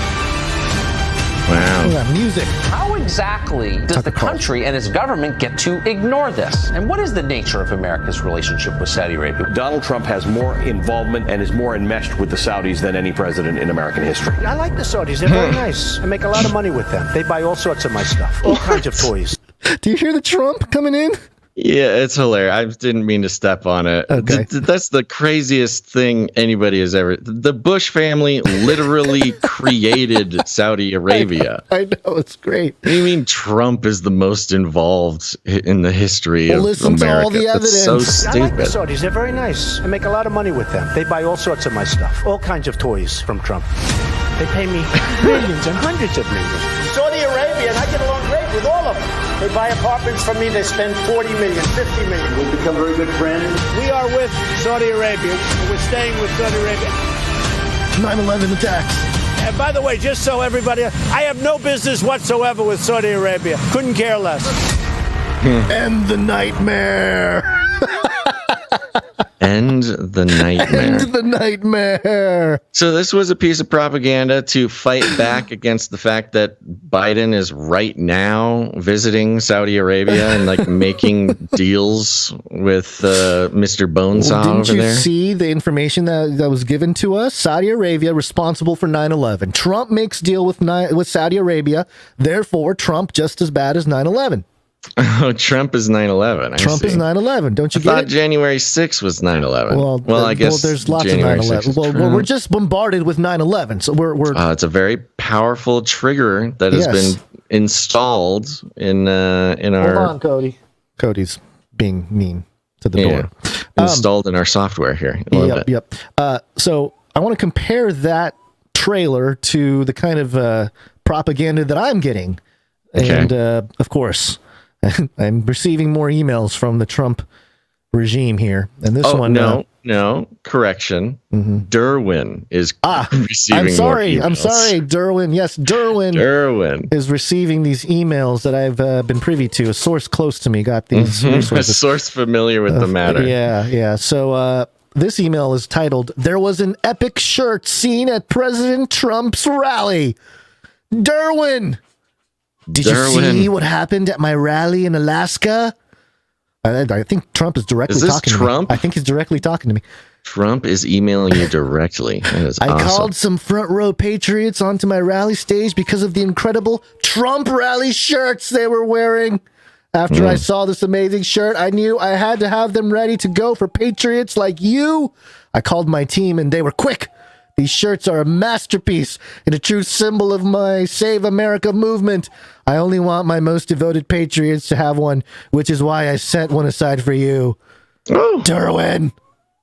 I can't believe that he had the time to write you this email, much less set aside a shirt just for you. Now, Basil, when you think of a Trump rally shirt, what do you picture? What is? I want everybody listening right now to just imagine what a Trump rally shirt that he was so impressed with that he would take it straight to the printer. What's up, buddy? Yeah, this is the moment. So you were telling me about this before the show, and I didn't want to see it. Yes. So I can actually do a real guess. And my guess is kind of the same. Like, I don't know. I'm just gonna assume it says Trump on it. Yeah. Maybe. I mean, now I want to get a little crazier, but I was just assuming it's just a big old Trump with, some stars. Maybe it's red and got some blue and white on there. Trump and a catchphrase, maybe like rally it up. Rally it up, baby. Rally it up. Okay. Yeah. Well, for $45 or more before midnight tonight, I'll send you this exclusive Trump rally shirt. And let me show you, Basil. It is a T-shirt. It's got multiple Trump. Oh my gosh! Yeah, I could not have guessed this. This is hilarious. For those who are just listening, it is like an insane collage, an insane collage of, I think, Trump's favorite pictures of himself. Yeah, there's a MAGA hat thumbs up. There's some shaking hands, double thumbs up. Yeah, he's looking good in all of them. His hair is perfect. One of them is I mean, there's probably 1, 2, 3, 4, 5, 6, 7, 8, 9, 10, 11, 12, 13, 14, 15, 16. There's like 17 different Trumps collaged together, and they all kind of have a glow about them. They're glowing. Yeah, there's definitely some outer glow added. That is incredible. Photoshop. You have got to get this shirt. I can't. It's inflation, man. I don't have the 45 right now. It's Trumpflation. Trumpflation. And I need the deflation, the Trump deflation. See, this is the thing, man. The Democrats, they take themselves way too seriously. Like, this is what I'm talking about. The left can't meme, bro. You have Trump just has a shirt with 20 versions of himself glowing on a just in sort of a cosmic starry sky of Trumps. Tie-dye Trump right here. Tie-dye it's of like Trump. Tie-dye. It's beautiful. And he's going to make $1 gazillion on it. People are going to love it. It's funny. See, this is the problem, too. Democrats will look at this and they'll be like, he's so narcissistic. He made a shirt of himself. And it's... No, Trump thinks this is hilarious for sure, because it is. Real. Nobody's going to make a Biden shirt like this. Well, they should. If somebody wants to make money, they should. I want to, you get them on a bike. You get them off the bike. You got one listening to the Star Spangled Banner in Palestine. You get them, coughing. Get them reading off a teleprompter, squinting. I think we're onto something, Gons. Yeah. Sniffing a kid. Come on. January 6 rioters. Dang, the chat is on fire. Eating ice cream, sniffing a kid. Oh, man. Yeah, you can make an awesome Biden shirt. All right. Are we ready to do... Oh, we're doing it. Yeah, January 6th. Here's another clip. Bunch of clips. Yep, Look at this clip segment we have. Yeah, this is AOC claims inside government actors help January 6 protesters. Building is still unsafe, from the Daily Wire, and I have the clip itself. These insurrectionists, like Antifa, and that there were actual officers working with this, and we never got to the bottom of that, and we never got any answers about that, and then to this day we're just supposed to pretend that never happened. What about Antifa? I have no idea what happened to the people on the inside who were very clearly sympathetic with what was going on and opening the doors wide open for that. And I'm supposed to sit here and pretend like none of that ever happened, and then right afterwards you have a massive, you just have this idea that throwing money at that problem is going to make it go away without any accountability. And so this is where these things are breaking down. We're not safe. And it's not just about members of Congress not being safe. The food staff workers aren't safe. The janitors aren't safe. Like, we need to get to the bottom of this. So that's all I got to say. What about Thank you, Congresswoman. Let's get to the bottom of it. Antifa. Janitors aren't safe. She can really hold her cool. She kept her cool. Who is this guy? Do you know? This is a Daily Wire thing, huh? Yeah, I don't know who the person. The man on the street It looked guy. like there was a few people standing in front of her. He wasn't very good at it. Yeah. She's like going off, and he's like, Antifa. Black Lives Matter. She just ignored him, it seemed like. So, I know. yeah. That's what I'm saying. She's a champ. Yeah. So the fear here, though, she's speaking to this idea. Now, I think, again, it's interesting that she's even acknowledging what anybody who watched January 6th live, like we did, knows currently that, most of January 6th was people staying inside the velvet ropes, taking pictures, taking photos, the doors, taking photos with the guards, with the cops, arm in arm. Insurrection happening now, and then like the live cam shots of people strolling and walking, like, whoa. Right. So if you watched it live, you saw all of that, and you would never know about any of that if you're just getting your news from the news or watching the January 6th commission hearings or whatever. But she's kind of talking like, hey, there were sympathizers. They Interesting. opened the doors. She's making the same point a lot of people were making. And certainly we were making that, like, hey, it looks like there's some people helping out, getting into these the building here. And she's sort of crafting this narrative of like, oh, but the sympathizers, the insurrectionists, they are coming from within. They are still here. I don't know. The janitors aren't safe as long as the police officers that took selfies and let people inside and et cetera, are still working here. So kind of creating this dire, dangerous, everyday situation. Like every day I go into this building and I know around any corner is some sort of insurrectionist, and of course we know she wasn't even in that building when it happened, but okay. Now I thought this was interesting. We didn't really know what to do with this. We like playing clips of AOC, and this is of course her admitting what we've known about January 6th for a long time is interesting, and her, creating some sort of fiction that she has to like tuck and roll every time she passes a doorway in the Capitol building for fear of being insurrected. Yeah. But I found something that's very interesting, and it has to do with Ukraine.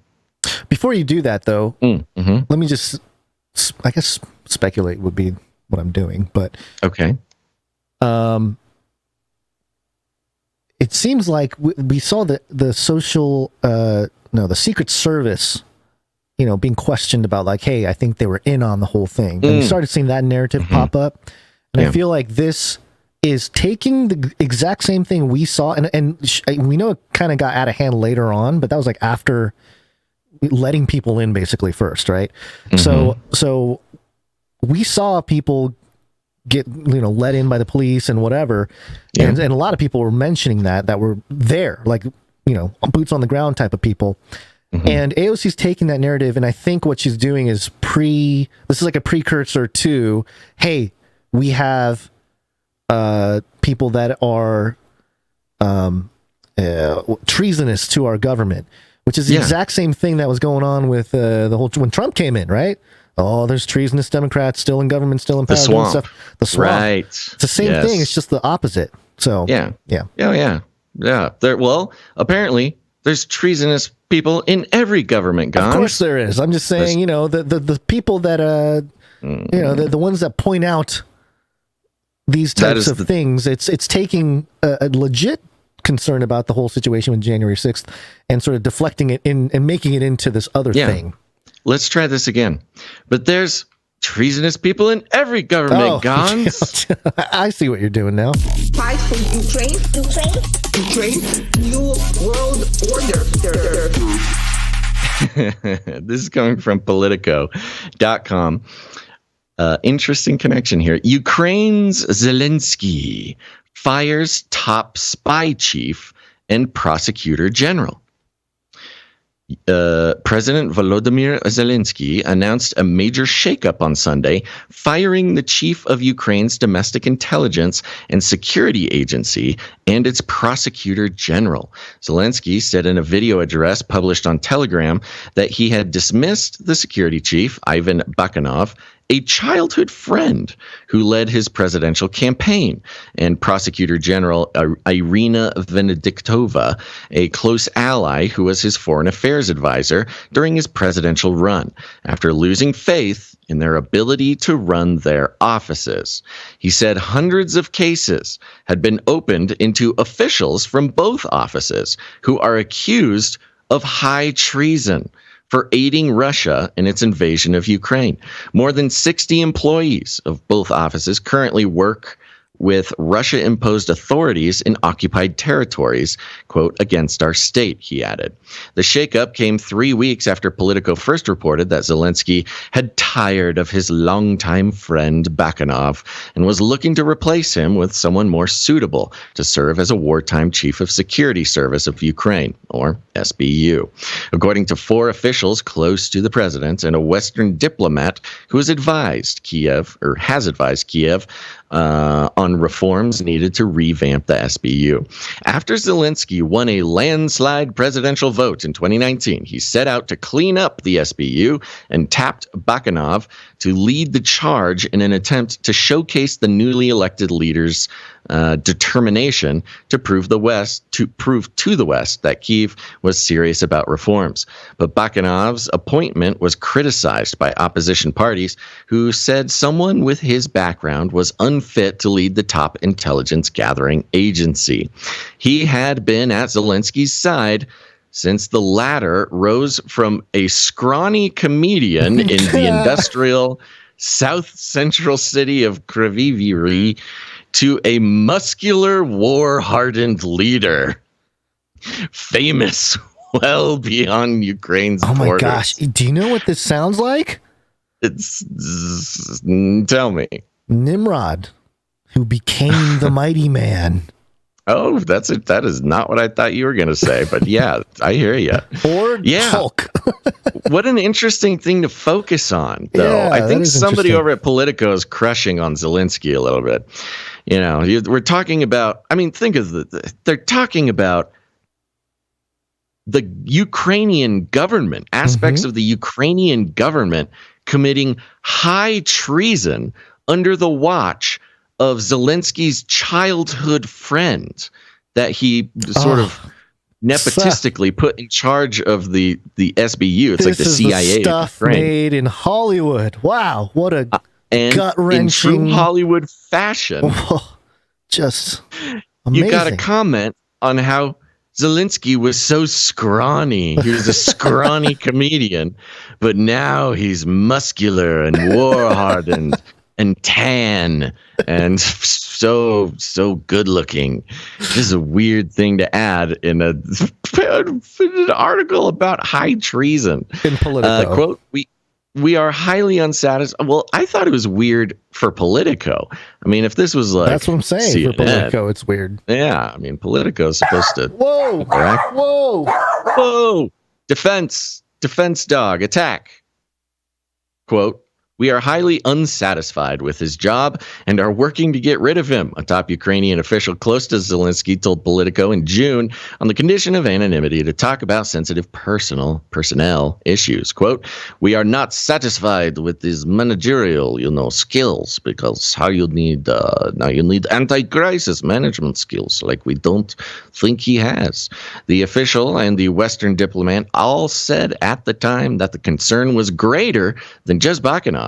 It's also about the decision of several senior agency personnel in the first hours and days of Russia's full-scale invasion of Ukraine that may have cost the country precious territory, including strategic city of Kherson. So they're literally talking about 5 dozen to be exact, dozens of Ukrainian security and intelligence officials who actively committed high treason to help Russia take over Ukraine. And those people worked for Zelensky's best friend. It's almost like they set him up. It's almost like it was part of the plan the whole time for Russia to invade, to infiltrate, start off the new global, world order, and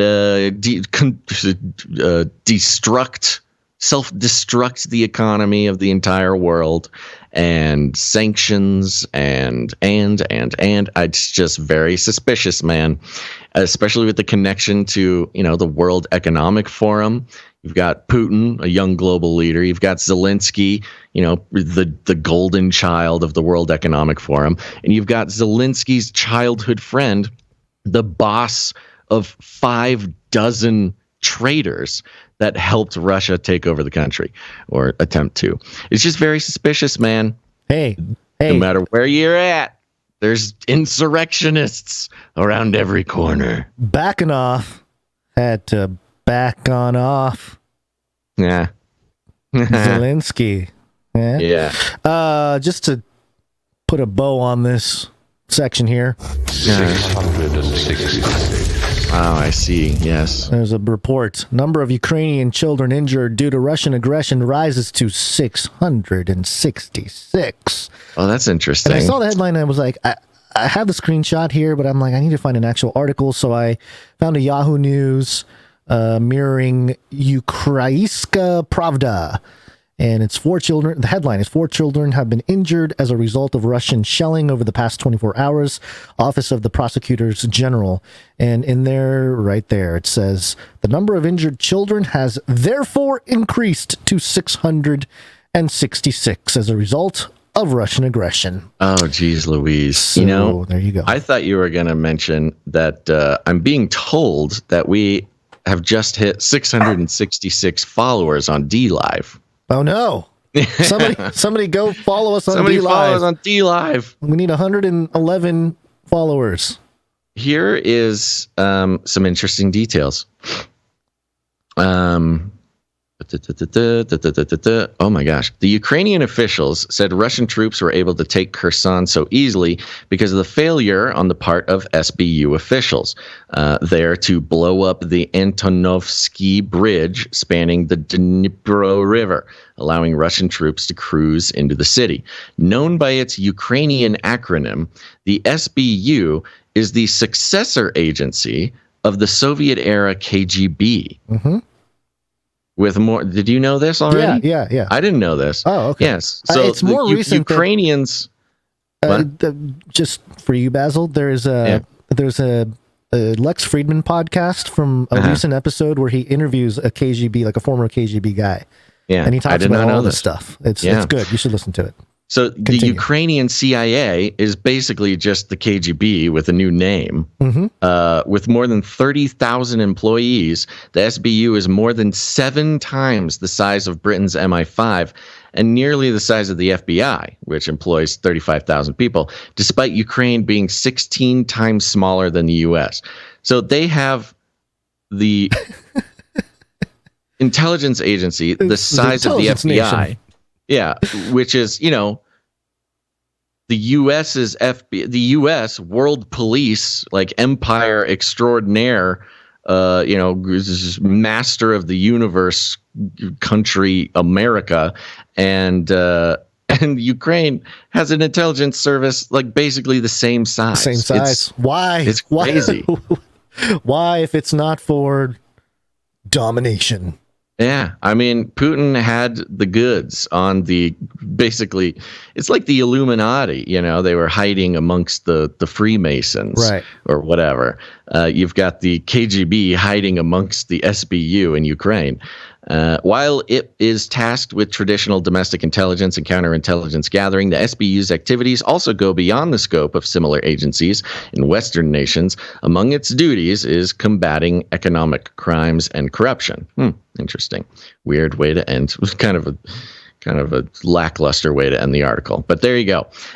So yeah, I think this is an interesting. You think about the broader narrative going on around the world. I mean, you could even connect it with Great Reset because, like Klaus talking about how we have penetrated the old cabinets of countries around the world. Yeah. He's basically has Great Reset insurrectionists in places of power. And even Zelensky is not immune from having to watch his back wherever he goes because he's got all these KGB agents. AOC doesn't feel safe in the halls of power. It's a whole thing. It's a big problem. We'll see how it all plays out. Here's the real question, Gons. What? Who here is the insurrect? Who's trying to take down Canary Cry from the inside? It's either you or me. Actually, it's probably Cody. Cody seems to be the KGB operative. It's break time! Come on, take a break. Okay, quick break here. Don't worry, folks. It'll be quick. Like I said, we're on the value for value model. Head on over to canarycryradio.com/support. Oh, all right. To become a producer. Yeah. We're winging it, man. We're building this plane. canarycryradio.com/support.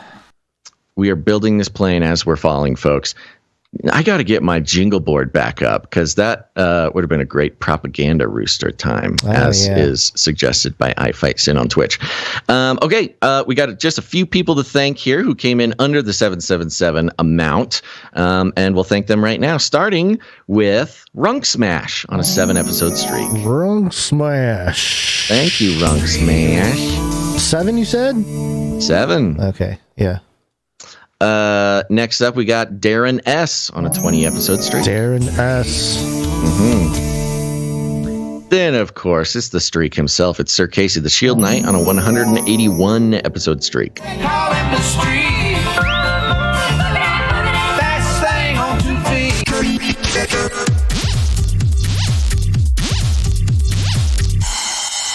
So have we decided on the next streak for Sir Casey? I have a suggestion. Go ahead with your suggestion. I thought it was 188. 200. I think 200. 200. Because it's done. It's 33 after 177. Ah, perfect. Is it? Yeah. Is it? Are you sure? I think it's 210. No, it's 23. It's 23. Yeah. It got me, man. Yeah, the old number tricks got me. Yeah, it's okay. It's gotten me before too. Okay. On air. So I don't know what you to want to do 210 then? We should do 201. 201. Like event 201. Oh, there you go. Perfect. Yep. 201. There we go. We got it. 201. Sir Casey. 20 more and you're there, buddy. when you get to 201 episode streak, it's event 201. It writes itself, folks. I know, it's great.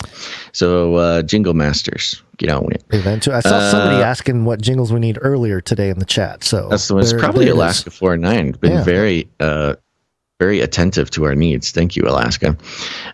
Next up, we have Sir Scott, Night of Truth, 107. Thank you, Sir Scott. 170. Thank you very much, Sir Scott. Next up, we got the Streak Sisters, Gail M, on a 146 episode streak. Women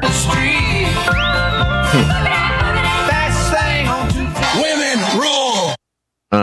And of course, Veronica D on a 146 episode streak.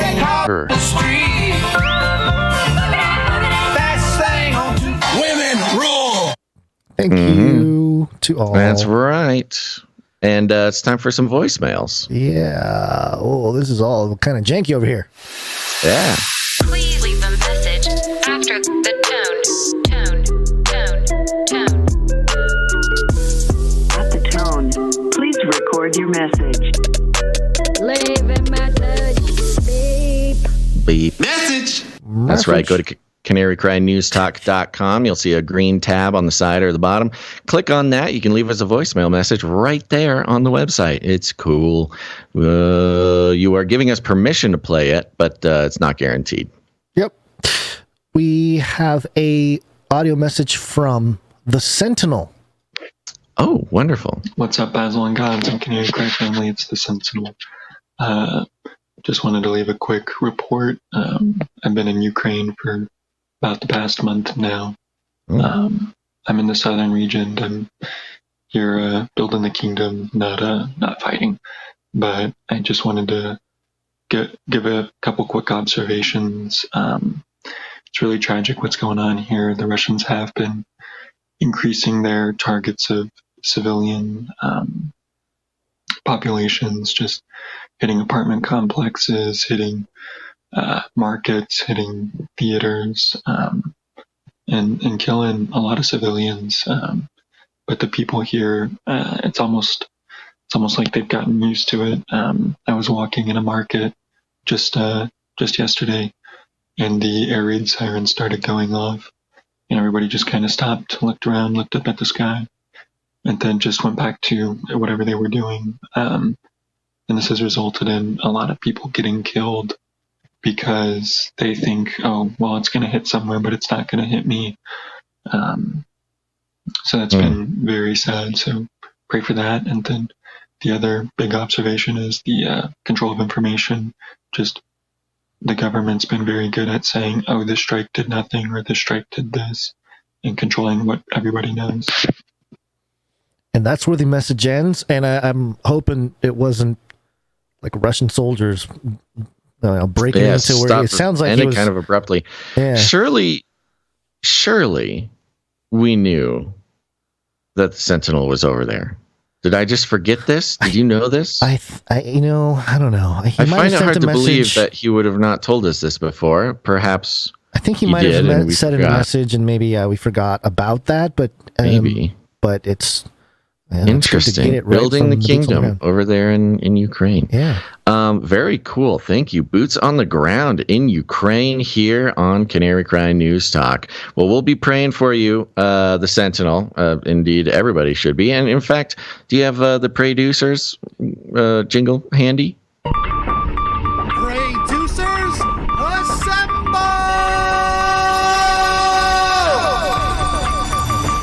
That's right. Producers around the world. People who pray for the show, pray for the producers, just pray, man. Put the Sentinel on the list over there in Ukraine, boots on the ground. My goodness. Loved that update, the Sentinel. Please give us more. If you get stuff, if something happens or you just want to check in, please continue to do so. Yeah. Very valuable boots on the ground there, the Sentinel. Yep. Appreciate it. Already got a couple more here. This one's from Rami. Hello, guys. I'm sending you this message to encourage you. You guys are awesome. Keep doing your work. You're waking up a lot of people. It's made a huge difference in my life. 2 Timothy 2:3. Thou therefore endure hardness as a good soldier of Jesus Christ. I want to encourage everyone to endure, keep going. Don't let the enemy get to you. You guys are the church. You're the followers of Christ. So keep shedding light in his holy name. Amen. Mm-hmm. Amen. Thank you, Rami. Man, thank you very much, Rami. Appreciate it. My goodness. Very encouraging. Yeah. Yeah. Yeah, I see Rami in the chat a whole bunch. It sounds like a Euro fella of some kind. I would like to know more. Yep. Thank you, Rami. Thank you, Rami. Okay. Any more messages? One more from another R, Rochelle. Of course. What day is it? It is Bible Nerd Monday. I want to share something with you. I don't really know what it means, but it's really cool. The Bible proves itself with numbers, math, gematria, so I always investigate numbers. And it looks like there is only 4 3-digit numbers in the New Testament. There is a 5th one, but that one's complicated. But what I found out about these 4 3-digit numbers is that they are all divisible by 3, and they are all triangular numbers. Watch this. There were 120 disciples in the upper room, which is divisible by 3, that equals 40, and it's the 15th triangular number. There were 153 fish caught in Peter's net. Divided by 3 is 51, and that is the 17th triangular number. 276 lives were saved on a ship carrying Paul. Divide that by 3, and it's 92, and 276 is the 23rd triangular number. 666, everybody knows that one, the number of the beast, divided by 3 is 222, and that is the 36th triangular number. Anyway, there's more, but I'm just wondering, do you think God is communicating something to us, or is it just coincidence? Stay strong for Jesus. Thank you very much, Rochelle. What is this triangular number? Have you heard of this before, Gons? I think I knew some of the stuff she was talking about there.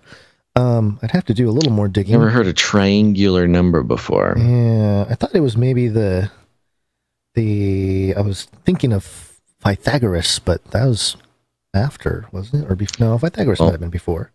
Yeah, well, apologies for the plasticky, crinkly sound during your message there, Rochelle. I needed to stuff some frozen butternut squash down the front of my shirt. Okay, wonderful.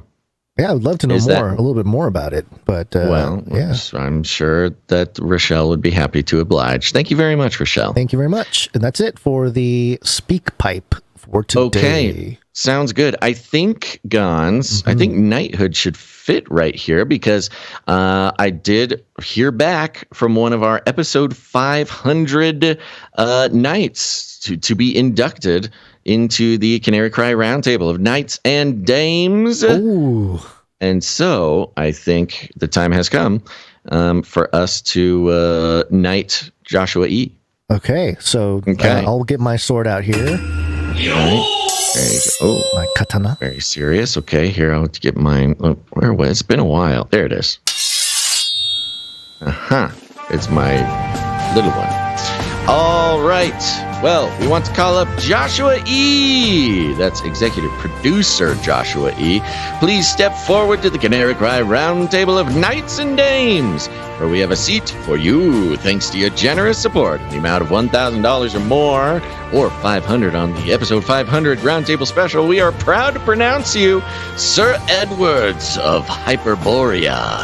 Please join us at the Canary Cry Roundtable, where we have the belt of truthful truthiness, the breastplate of righteousness, custom fit Birkenstocks to carry forth the gospel of peace, the shield of ferocious faith, the helmet of substantiating salvation, the supernatural sword of the spirit, and of course, adorable samurai babies, infinitely cute kitties for cuddling. And if you're hungry, we have Fancy Beast, Wet Food, Carved Cosmo, the Crisper Cow, and Fried Wormicorns. Welcome to the Canary Cry Roundtable of Knights and Dames, Sir Edwards of Hyperborea. Woo! Crowd goes wild. Thank you for getting back to me. Now, he sent a note here. Let's see. Looking forward to hearing. Yes, okay. 5:10. Here we are. He did send Numbers 6:24 through 26. The Lord bless thee and keep thee. The Lord make his face shine upon thee and be gracious unto thee. The Lord lift up his countenance upon thee and give thee peace. Thank you for everything. Amen. Thank you.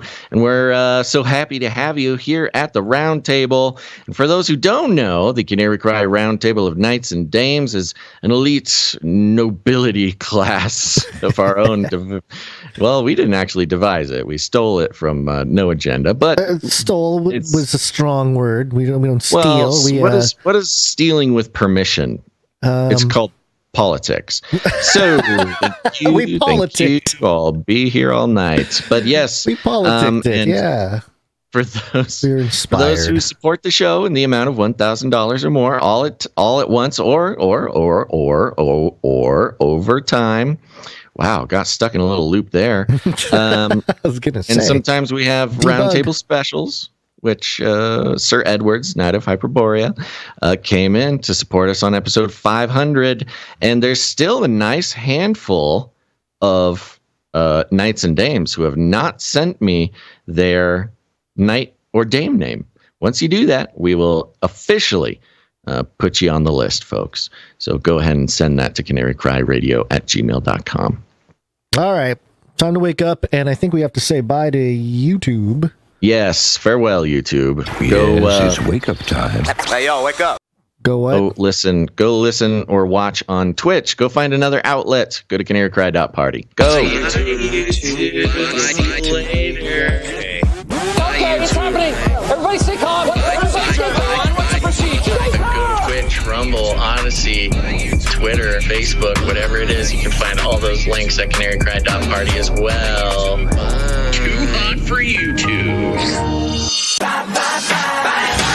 YouTube. Now you see me. Now you don't. It's Corona time. COVID-19. COVID-19. COVID-19. COVID-19. Yes. COVID-19. COVID-19.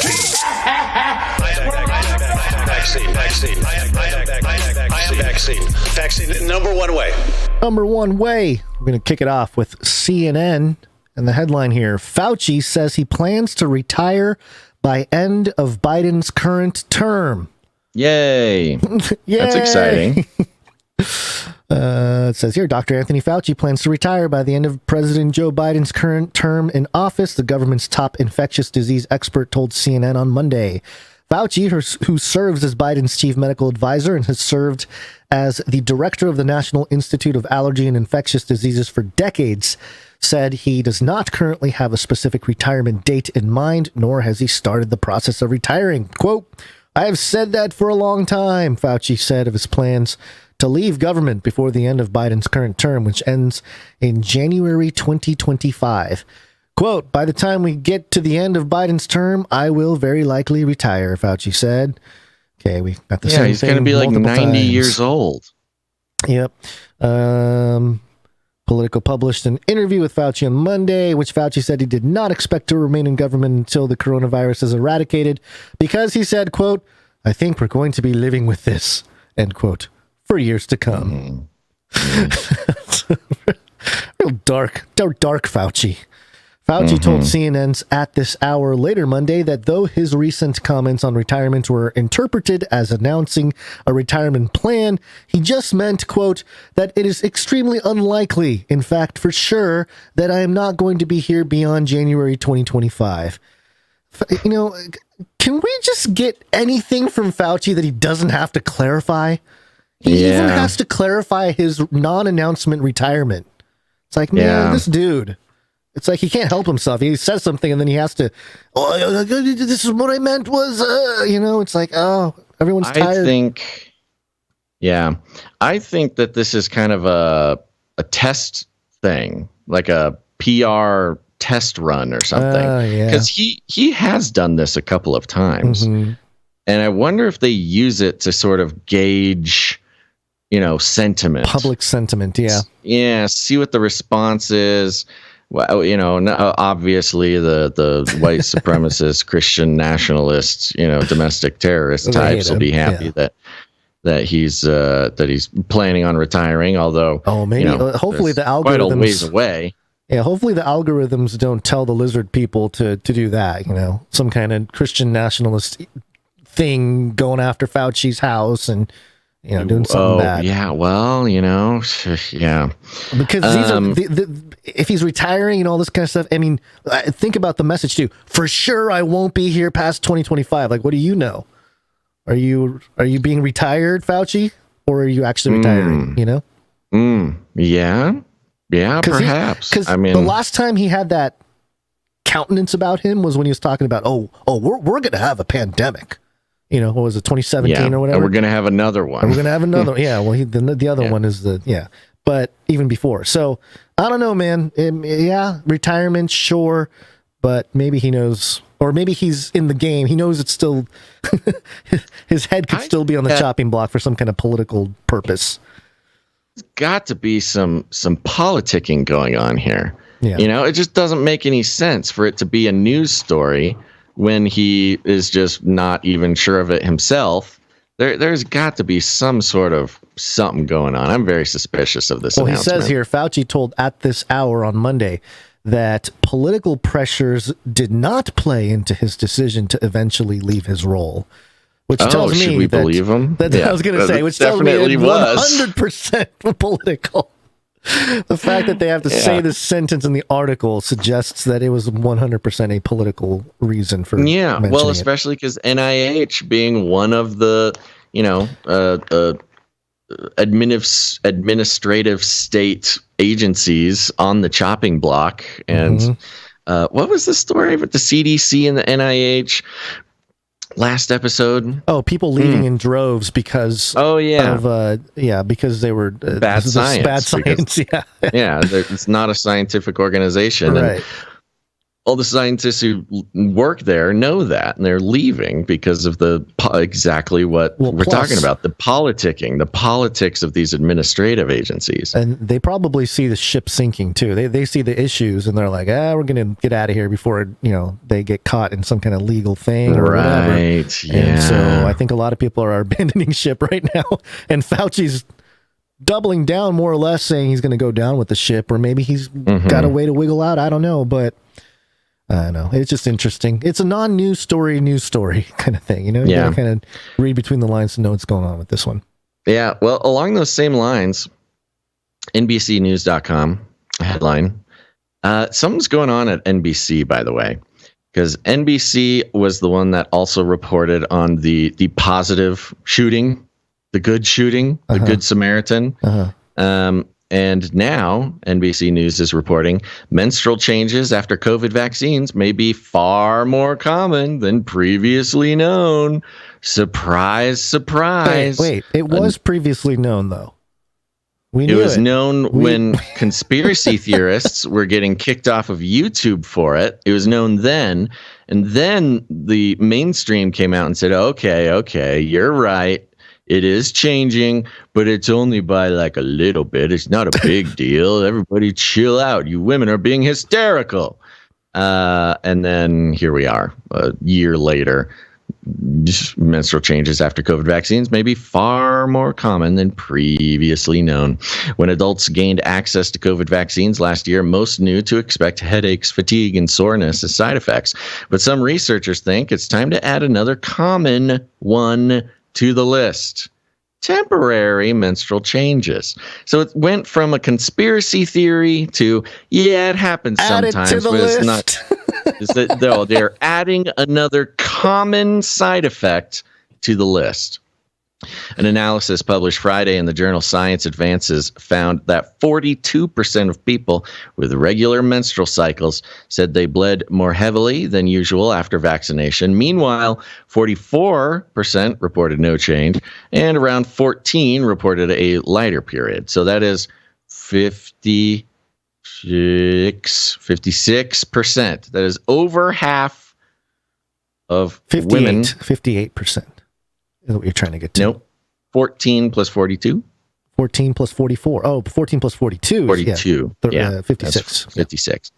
Yeah. So 56% of people, that's over half. That is the majority of women who got vaccinated reported a change in the menstrual cycle. Okay. That is not a small number. Insignificant. It's on the list of common ones. Yeah. Among non-menstruating people, those post-menopause or those who use certain long-term contraceptives, for example, the study suggests many this is the best part. This is what got us kicked off of YouTube once. Among non-menstruating people, those post-menopause or who use certain long-term contraceptives, for example, the study suggests many experienced breakthrough or unexpected bleeding after their COVID shots. Postmenopausal, non-menstruating, they are saying non-menstruating people, I guess because they got to do trans women, trans men, trans women. One of them. Trans women are biological men, right? Yeah. Yes. But I don't think the biological men are experiencing menstruation. How dare I think you? It's the trans men. How dare you? Be careful. They're not.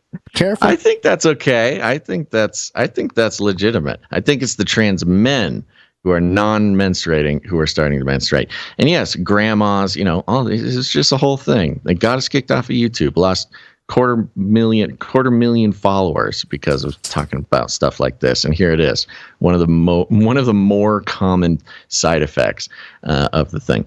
The survey included over 39,000 people, 18 to 80 years old. That goes through the math of the thing. Let's see here. How is it that we're able to not know for sure, but just have the speculation and at least the foresight to I don't know. It's just unbelievable to me. Maybe people are just, can't tell the forest from the trees when you're in it and they just go with whatever. But I don't know. It's just hard for me to believe that actual institutional level people couldn't see any of this before. They could see it. They were liars and criminals in our administrative state. They were working. No. Our leaders are all upstanding citizens. We're working for a purpose that commanded that they lie to the world.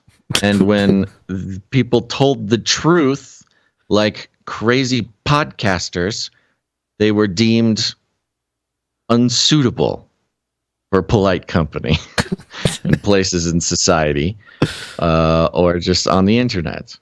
It's, it really shows the corruption. This is the reason that the administrative state is falling apart, is going to go away and be replaced by artificial intelligence. Technocracy. Blockchain. Yes. Yeah.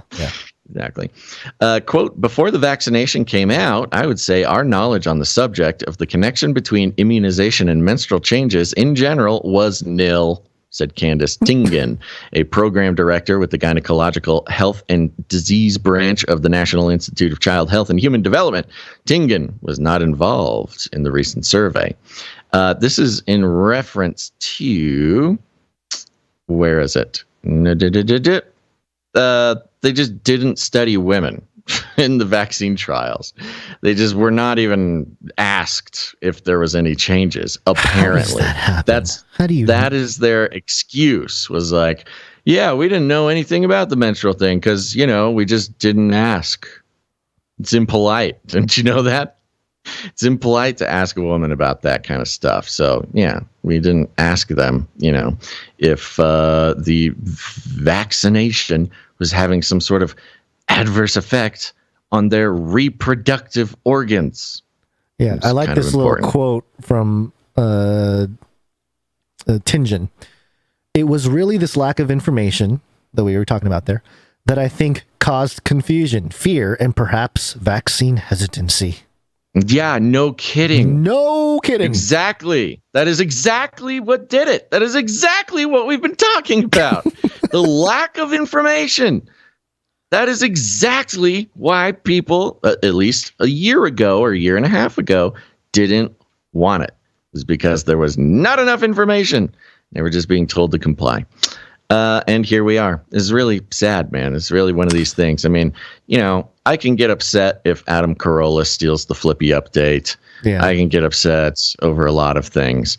But the fact that, we got kicked off of YouTube for talking about this stuff and demonized and everything else for telling the truth, it's just the difficult part of what we do. Yeah. It is what it is. But, we're in quite the situation because COVID is one thing. You and I. Careful opening the closet, because that's where the evil monkeypox lives.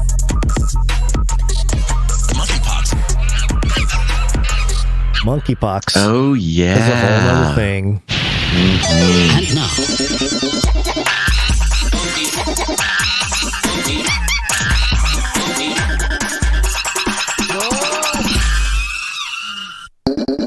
DailyBeast.com in the headline here. Shocking. Monkeypox screw up means we need to admit we now face 2 pandemics. There it is. Dun, da, da, da. Oh, man. We blew our chance to quickly We contain screwed up. monkeypox. We failed. I don't know who screwed No, up. we didn't do it. Now the danger. I didn't screw up. Who screwed this up? Hey, we've been calling this one out from a mile Called away, it. but They tried a few different ones. There was a couple different new pandemics they were trying out. And again, just to remind everybody, the timeline of monkeypox vials. Well, first of all, Bill Gates saying, hey, let me run a germ game. I'm going to run a germ game. He runs a germ game, shows that smallpox, outbreak can become the next pandemic. Yeah. He says we need to do more germ games, more germ games because monkeypox, the airport, the monkeypox. He didn't say monkeypox, the smallpox. I'm Bill Gates. Listen to me. Well, and terrorists. The smallpox could be genetically engineered by terrorists.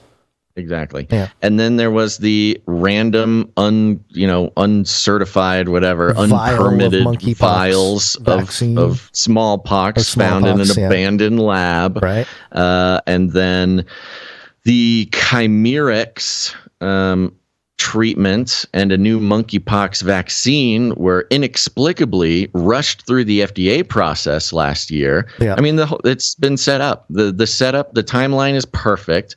It was obvious that monkeypox was going to go full pandemic because that's what the plan was. And here we are. And we blew our chance to quickly contain monkeypox. We blew it. Now the dangerous virus is spreading fast all over the world. Health experts agree the outbreak can soon qualify as a pandemic if it doesn't already. Man, this is some emo stuff right here. Yeah. And the situation is likely to get worse before it gets better. More infections, more deaths, more chances for the pox. More deaths? Okay, keep going. More chances for the pox to mutate. Yeah, it's not monkeypox, it's the monkeypox mutate that we're afraid of. Quote, the pox will mutate. Quote, we are in uncharted territory with this outbreak. And still early in the event, James Lawler, an infectious disease expert at a college of Wiley at the University of Nebraska Medical Center, told the Daily Beast. The latest figures from the U.S. Centers for Disease Control are startling. The CDC tallied 9,647 infections as of July 11th. That's a 4-fold increase compared to just a month ago. Wow, 4x. The virus, which causes a rash and fever and can be fatal in a very small percentage of cases, is in 63 countries, 57 of which don't usually have any monkeypox cases, which screams controlled release to us, but that's not in the article. Cases are concentrated in West and Central Africa, where the virus is endemic, as well as in Europe, where the current outbreak began in May. But the U.S. is lagging a startling number of cases, The U.S. is logging a startling number of cases as well. 865 in 39 states, according to the CDC. That's 5 times as many as a month ago. That's just said 4 times, but now 5 times. Quote, monkeypox is clearly a global health emergency.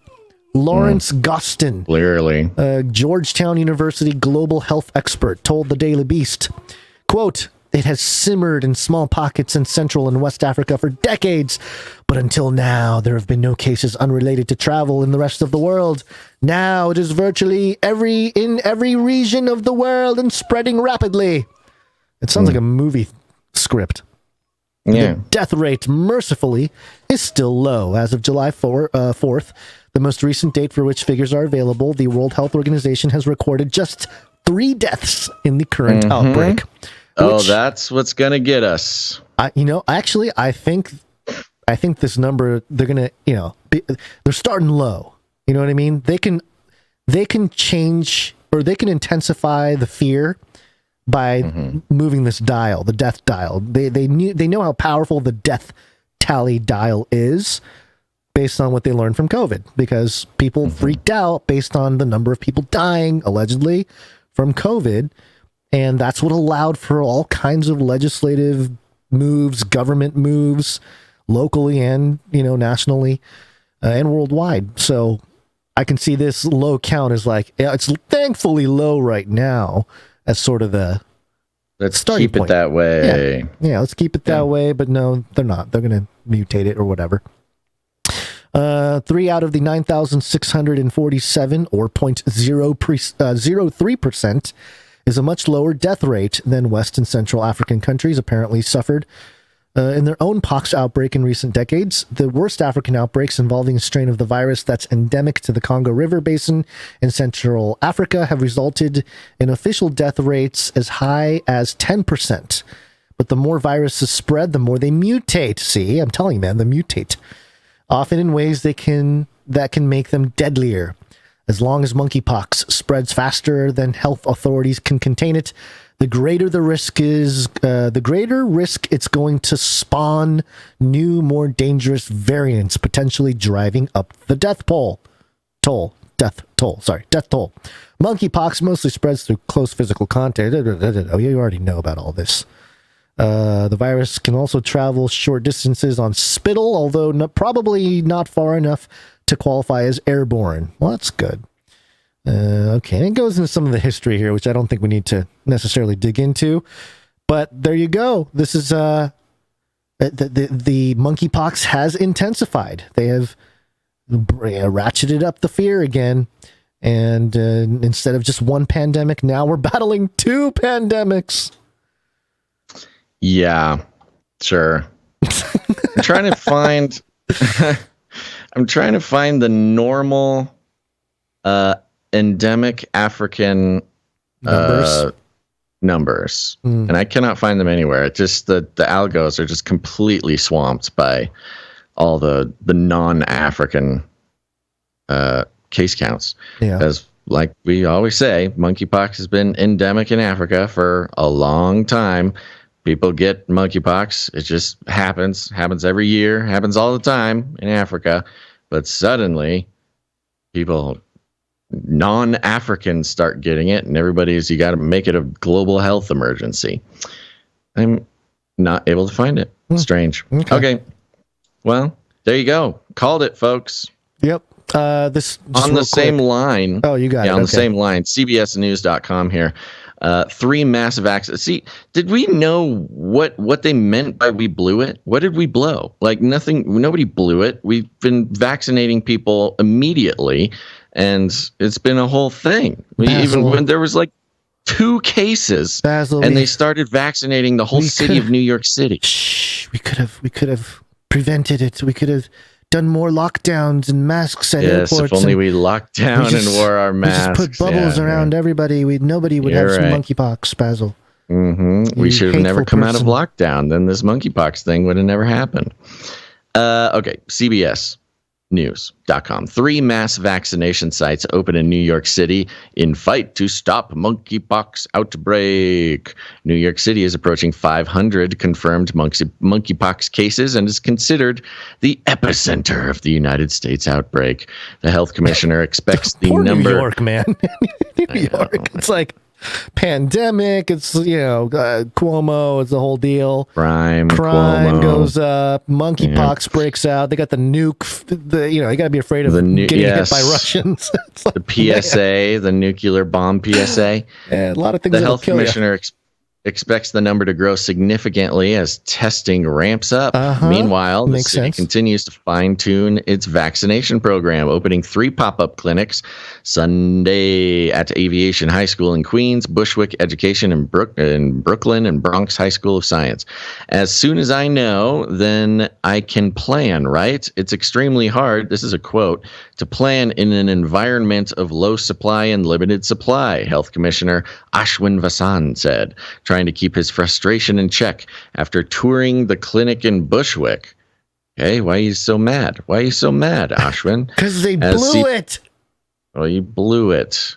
Local demand for the monkeypox vaccine far outstrips the supply from the federal government. Quote, we're optimistic that we should be receiving more in the coming days and weeks, which will allow sites like this to continue operating, Vasan said.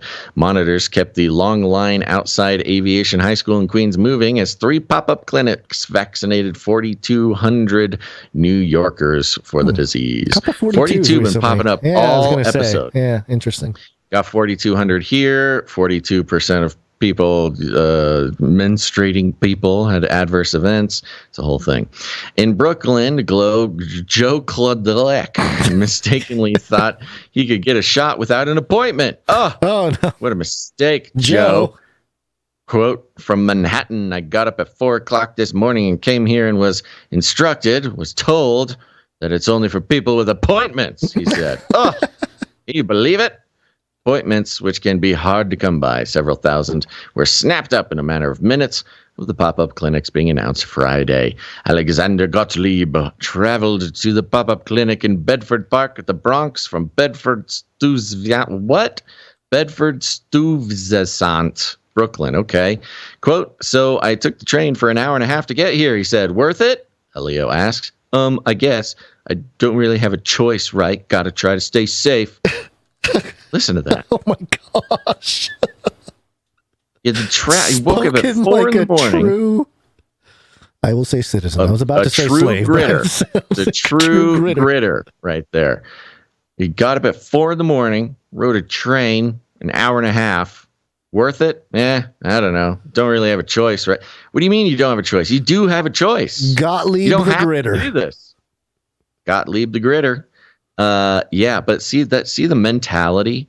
The mentality is we don't have a choice. Yeah, isn't that interesting? I listen to the news. They say I gotta get this vaccine. I don't have a choice. I just gotta do it. Gotta stay safe.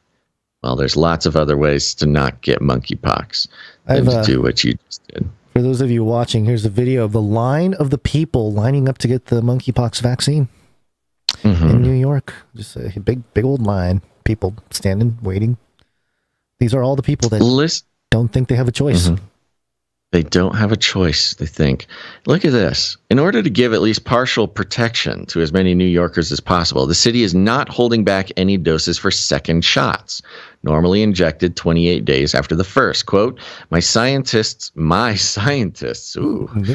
at the data and said the first shot provides sufficient protection. Not as much as 2 shots, but significant. And so he said, let's use these all as first shots, Vasan said. Quote, from what I understand, the first dose gives you a decent amount of protection, and I'd rather have more people get that than wait around for the second dose. So, yeah, no, I'm okay with that, said Chelsea resident Steve Rodriguez. That sounds so familiar, doesn't it? Interesting. Like, yeah. I mean, the first dose, you get problem. You get some protection from the first dose. It's better than nothing. Yeah. Well, see, that's the thing. We have been. When I say we, the public and the general population has been programmed the protocol level stuff has gone out with COVID, and now anytime there's anything, boom, the whole population knows to fall in line, and we don't have a choice. It's for the greater good. All those arguments that tore down the world. Statistics from the city show 95% of people testing positive for monkeypox identify as men. The rest identify as transgender, non-conforming, or non-binary. Okay. 95%. Women are just not getting it, I guess. Well, I don't know. I don't see a lot of women in line. Are there any women in line in the video? Yeah, there are. There There's are a few. some? Yeah. Okay. All right. Well, about 95% men, you'd say? I would say yes. Looks like majority men, a lot of short shorts. Which is in right now, so I'm not going to be, it's not a statement on anything. It got pointed out that, now I think it's interesting. They are not mentioning the sexual transmission in this article, like they have in all the other articles forever, for months. Yeah. But, this was for gay men, mostly gay and bi men and men who have sex with men. Now, if there's a bi man, I guess, technically there would be a woman involved sometime, somewhere, right? Why are no women getting this? Because it's targeted to kill men, Basil. I don't know. Well, you might be right, actually. It doesn't make sense. Yeah. Well, given the fact that, there's a greater eugenics agenda, and one of the other things, it is interesting with the COVID topic, just to jump back to that real quick, all the things that people are concerned about and pointing out, all the conspiracy theory points, one by one seem to be sort of validated now in the public. But one of them was remember the low sperm count after the vaccine? From the vaccination? Wasn't that a thing that came out recently?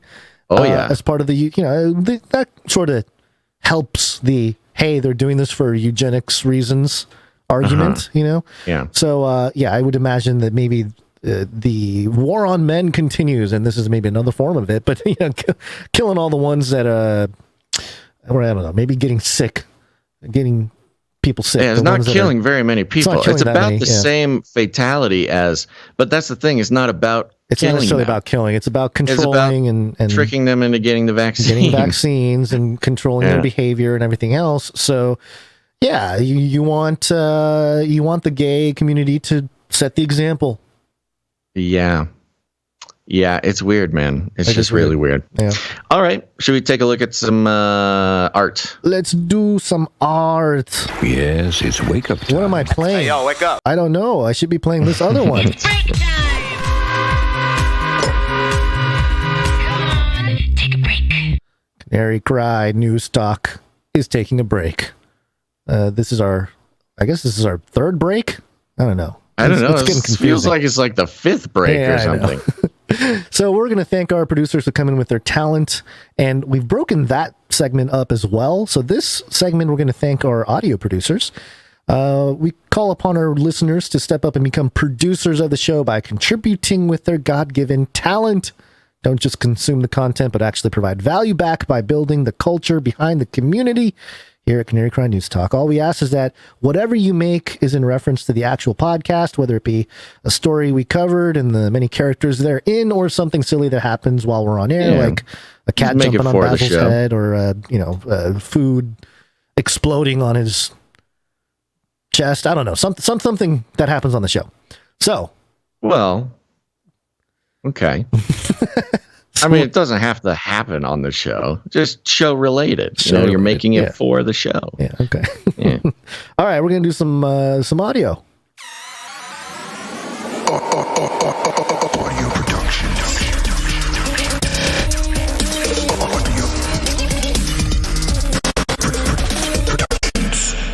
We have a couple pieces that were sent in. The first one was by Jonathan F.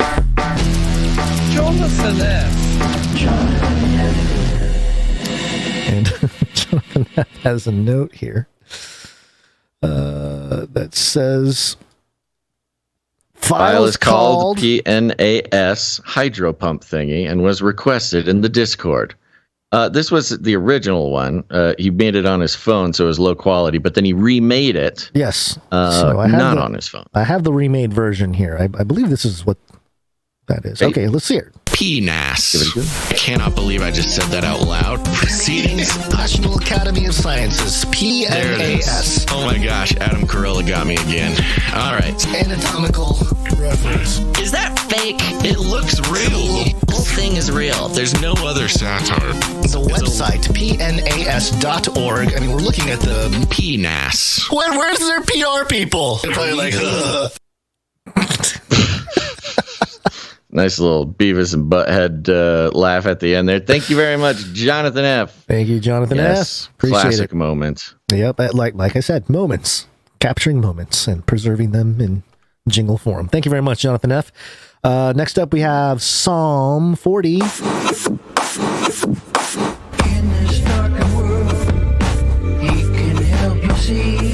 Just listen to Psalm 40. Is a note here. Hey guys, I pray all is well with you. This week I have the conclusion to the book of Revelation, part 9, Kingdom Come. This entire thing has been an amazing blessing for me. We began with the first verse of Genesis, made our way through the fall of man, introduced Noah, Abraham, and Moses. We covered the gospel and we covered a few epistles. And now finally we finish with the closing verse to God's epic story. I've learned so much on this journey through scripture, more than I ever could have anticipated. My hope only is that someone else out there can be encouraged to dive into the Bible with full faith in the Lord. I pray to God he uses my music to entice others to dig deeper and to not allow the scriptures to intimate or overwhelm them. Thank you all for everything. May the Lord's kingdom come and may his will be done. And let's play a little bit of his track here. Revelation part... What is this? What was it? Part 9.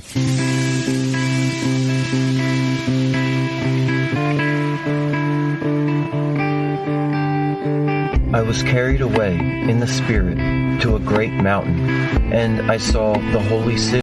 Oops. Oh no, it stopped. Okay, hold on. Let me just go here. Nothing unclean will ever enter it, nor anyone who does what is detestable, but only those who are written in the Lamb's book of life.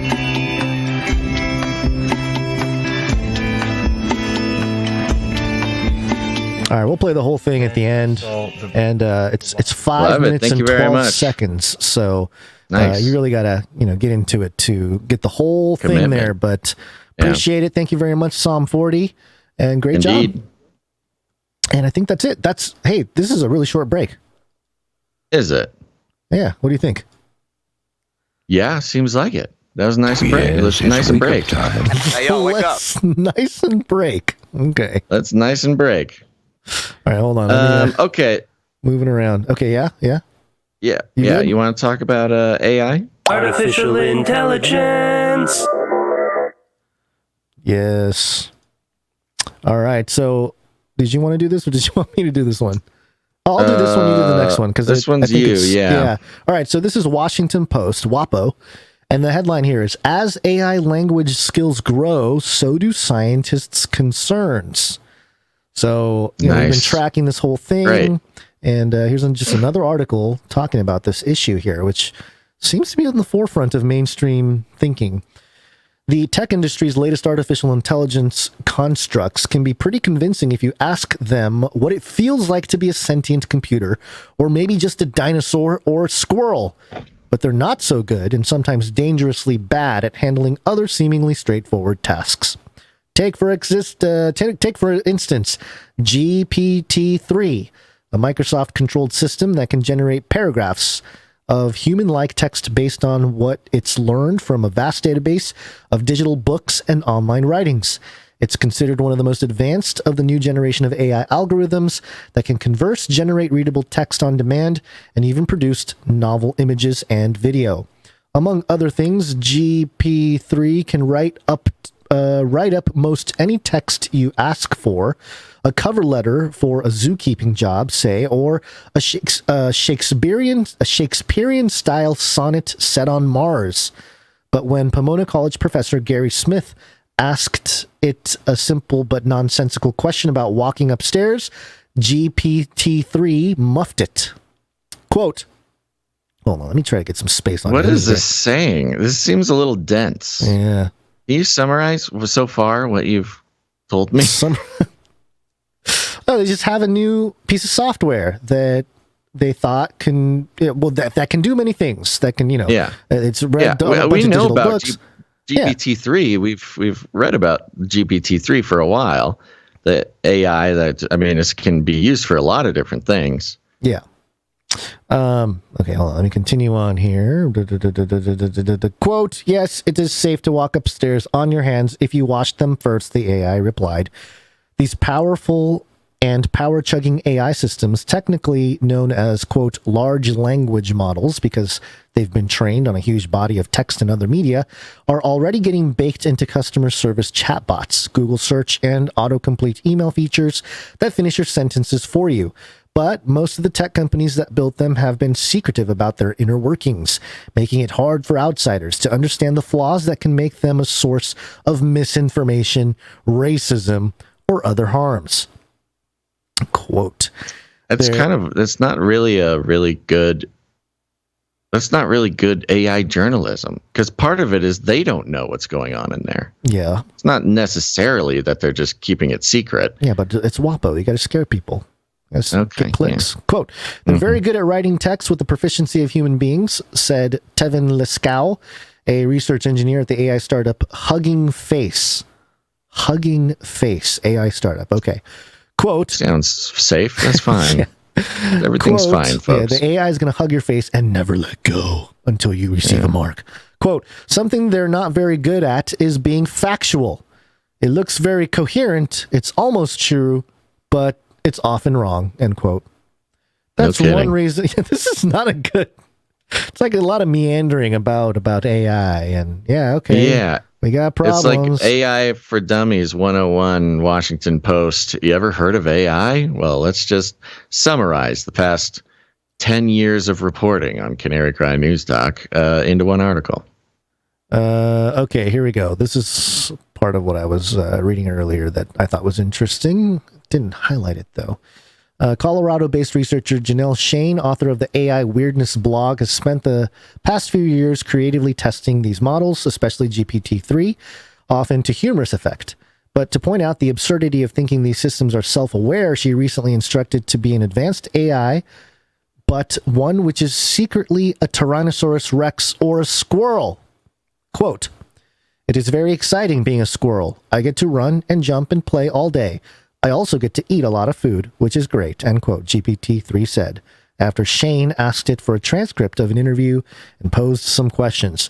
Shane had learned more about its strengths, such as its ease in summarizing what's been said around the internet about a topic, and its weakness, including lack of reasoning skills and difficulty of sticking with an idea across multiple sentences, and prosperity for being offensive.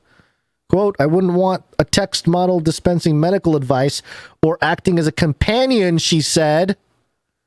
Quote, it's good at that surface appearance of meaning if you are not reading closely. It's like listening to a lecture as you're falling asleep.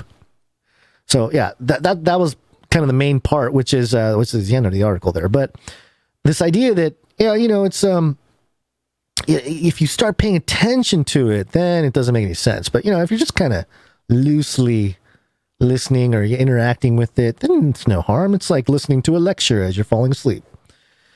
Yeah, so what they're saying is it's not helpful. It's not helpful.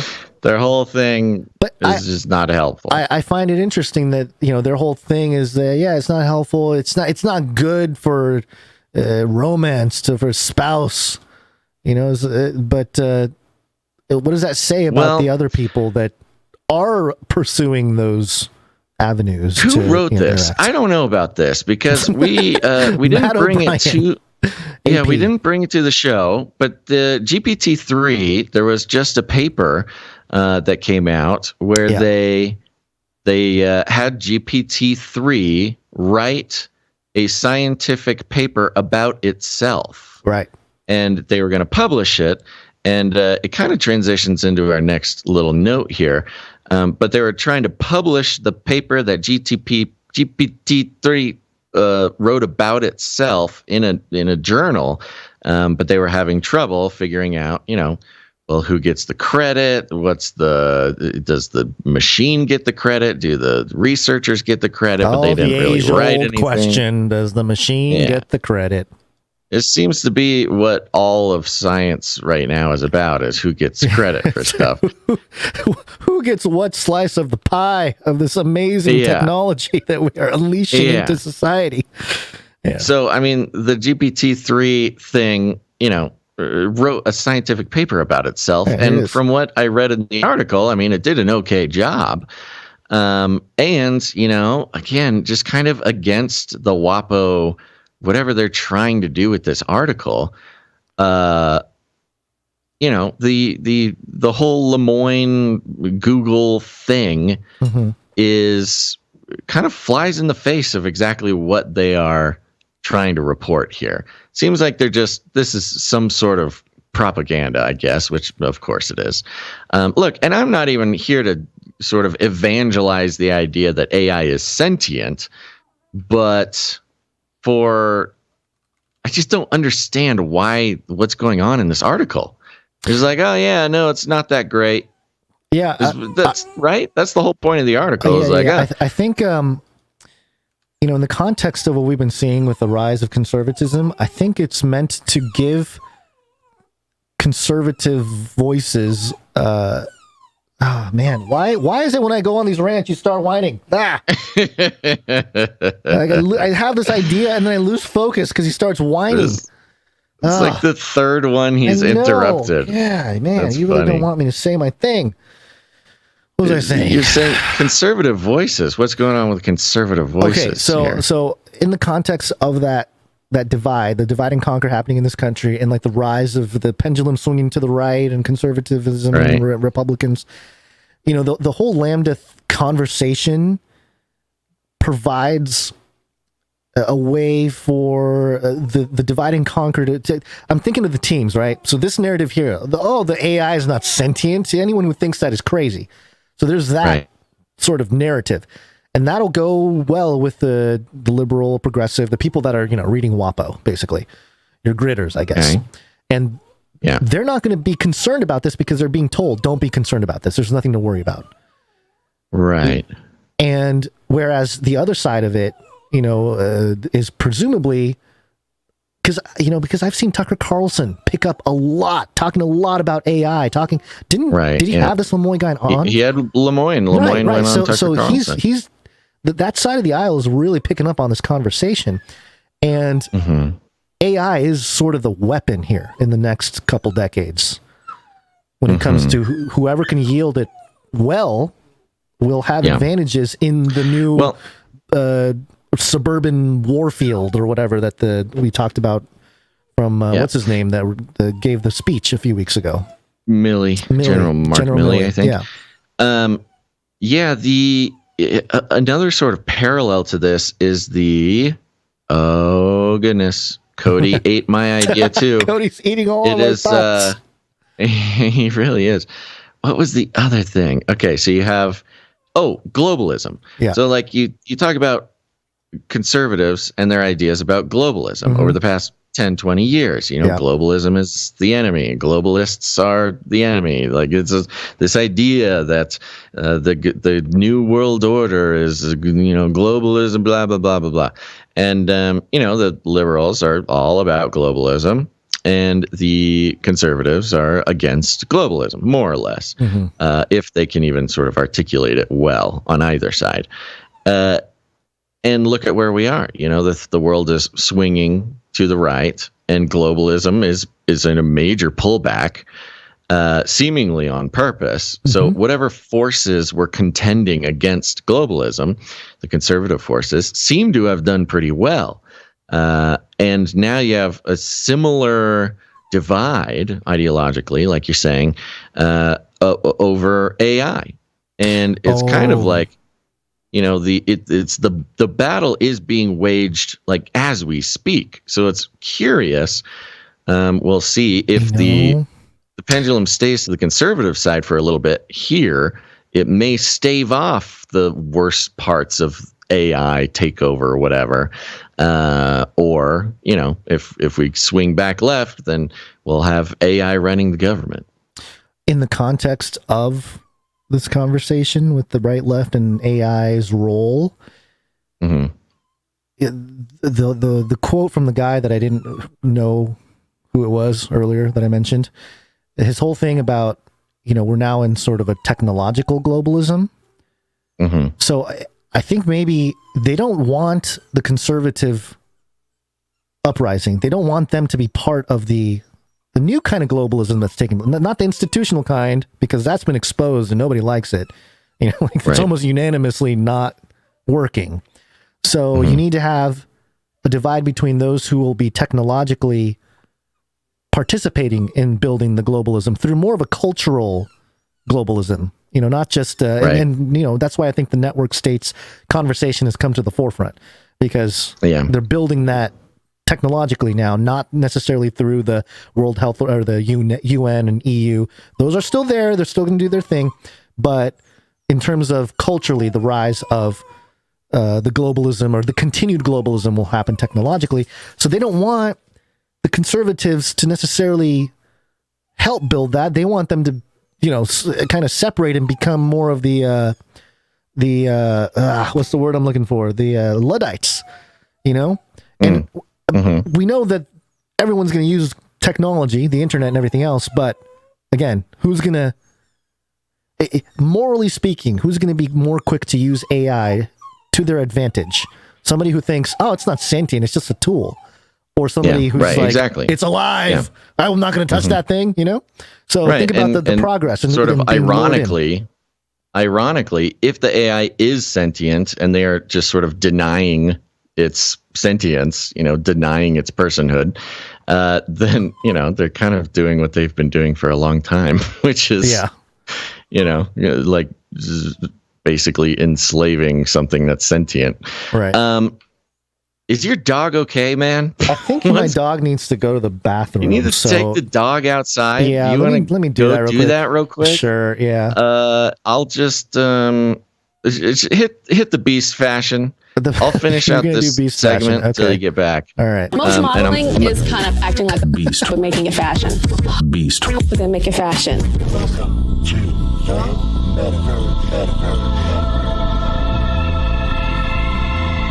All right, I'm gonna hit play on this thing and go. Go. Hey, come here, Cody. Give you full sorry, screen. Folks. Yeah, go ahead. You'll have to you'll have to deal with me here for a second. So part of the note that I think was a good transition between where we are and where we're going here on the AI discussion is a Wired.com article that reads, AI art is challenging the boundaries of curation, which we thought was interesting because we haven't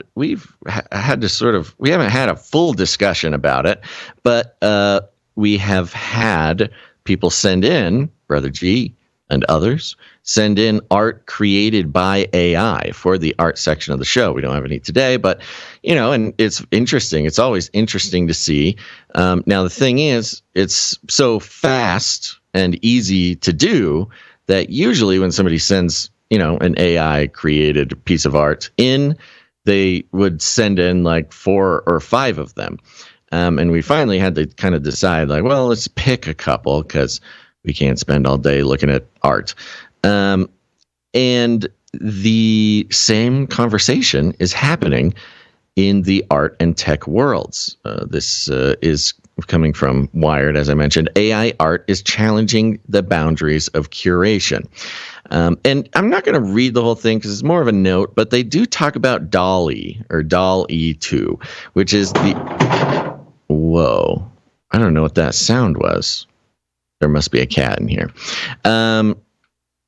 So DALL-E 2 is an AI art generator. And there's a few different versions of it that are available to people.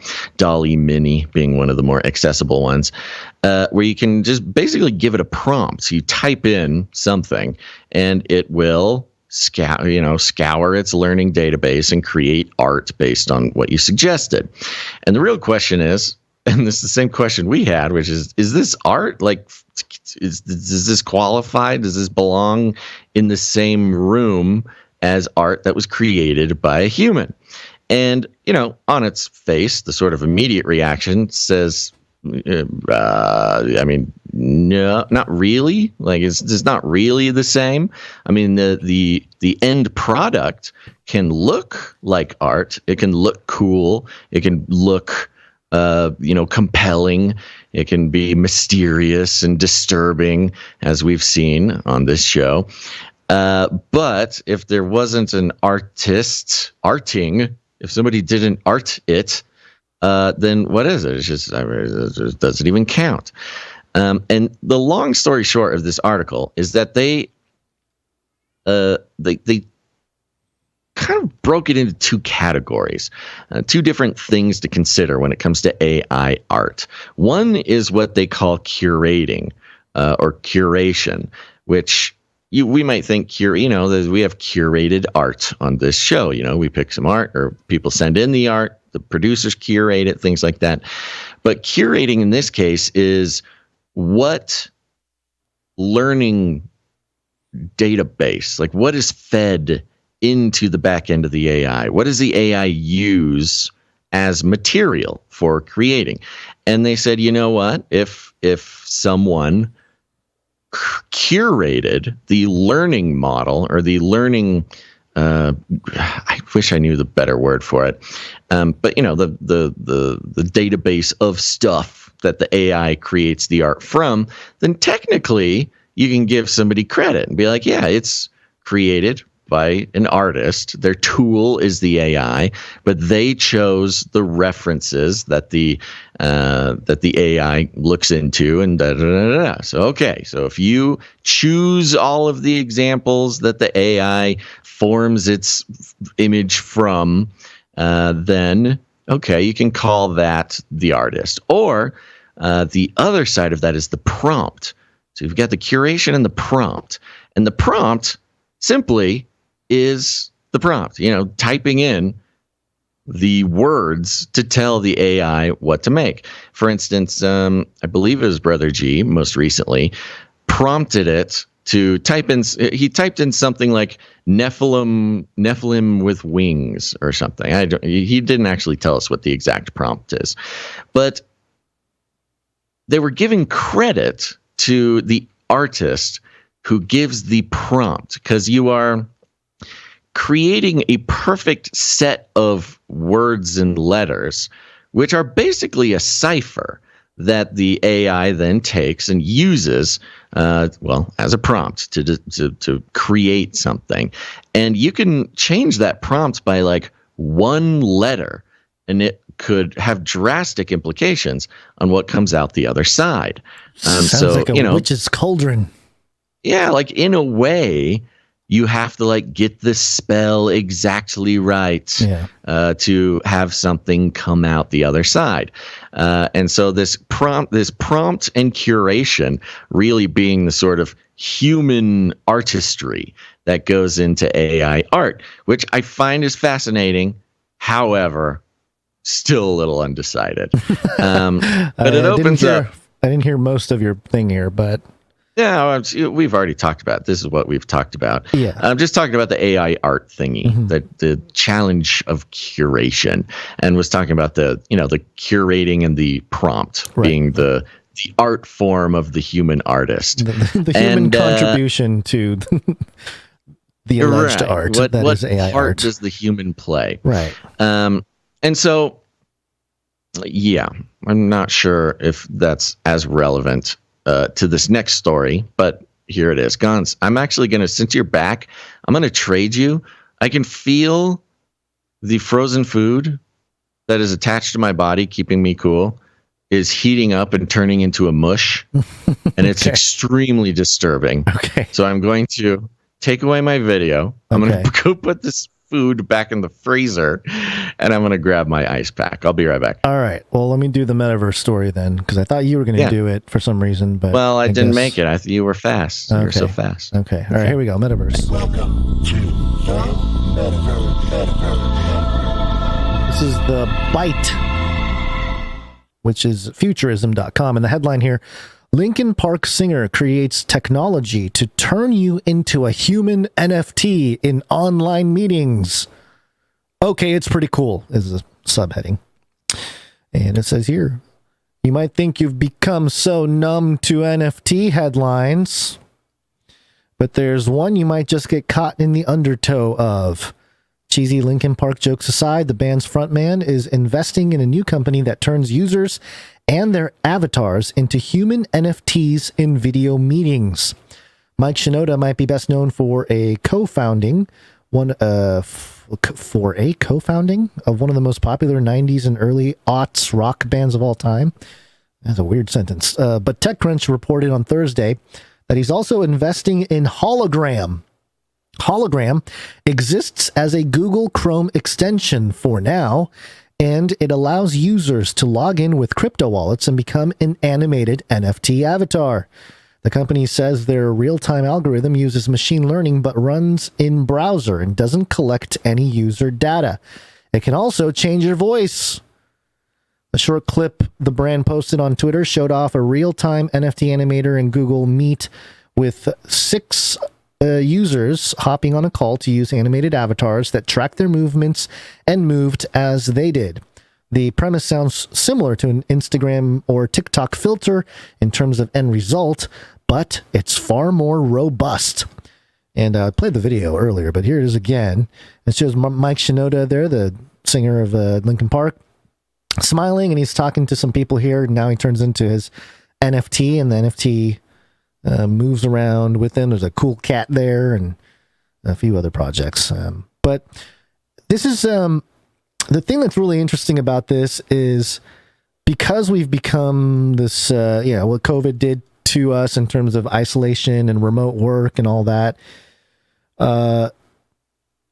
Privacy in a certain sense, being on camera and things changed. It's like, oh, we got to go on a Zoom call. All of a sudden your living room is seen by all your coworkers and, animals or family or what, it's just it's a change. And I think people are going to use technology like this. The NFTs have already become a phenomenon in terms of just, images, and it's called PFP, which is profile pic.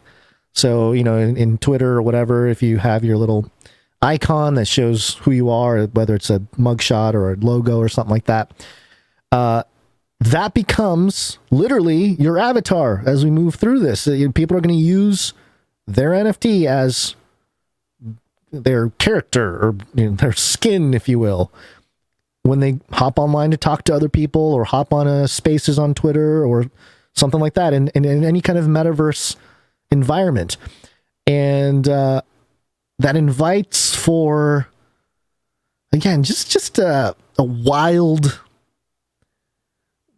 array of possibilities when it comes to human behavior. I think it's fascinating that when we put on a mask, I'm not talking about just the kind of masks that we had for the pandemic. I'm talking like Halloween. I've read some studies on the psychology of Halloween and how when people dress up as something and they put on the outfit and they put on the mask and they look out, they sort of morph into that character. There's an alter ego aspect there. So in that sense, in the kind of mind control and multiple personality sense, this is going to create even more of a tangible way that this stuff is accessed and used on a day-to-day basis. So that's it. That's, I just wanted to mention it. And the technology, again, already exists in certain forums. But, I think we're going to see more celebrity types be at the forefront of this. Hello, daughter. What are you doing? Cody wants to go potty? He just did. I just took him outside. Okay. Great podcast talking about dogs. All right. We're going to take a break and thank some other artists here. It's break time! Come on, take a break. I don't know. Is that too much? Are we playing this thing too much? There's a lot of breaks happening. All right. This is the second half of the break, which is the fourth break. It's very confusing. Part 2 of the talent. And we want to thank our visual artists in this segment. And let's do it. One art, please. We're going to kick it off here with Dame Allie of the Skillet Nation. Oh, let me try that again. Dame Allie of the Skillet Nation. One heart please. Another one from Allie now. Here it is. And we have a note to accompany the piece, which I'm pulling up. Give me 1 second here. Oh no, what happened? Where did the file go? It disappeared on me. Hold on, I need my stall. There it is. Stall for 5 seconds. There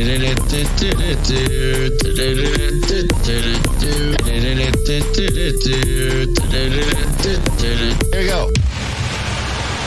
All right, well, took a little bit longer, but I'm just going to go ahead and read the note here, and then I'll have the art come up as we go here.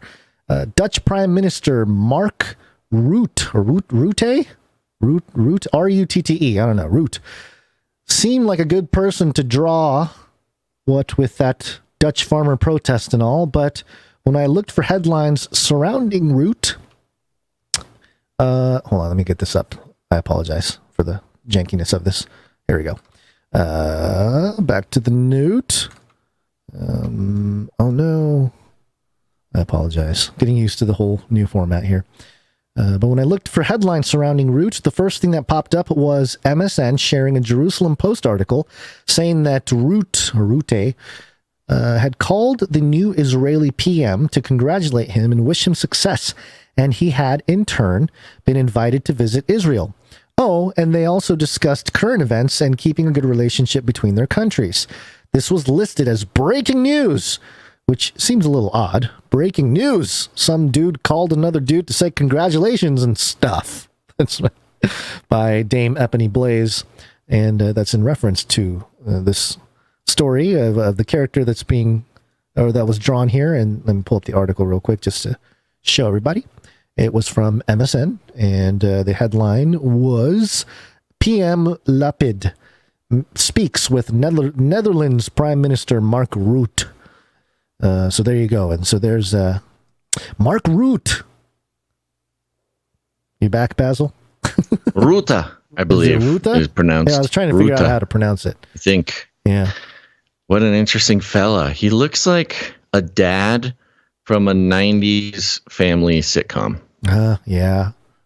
Real innocent, gentle. He looks, he couldn't hurt a fly, but has a lot of wisdom. Internal conflict. Yeah. Conflicts. And is a monster.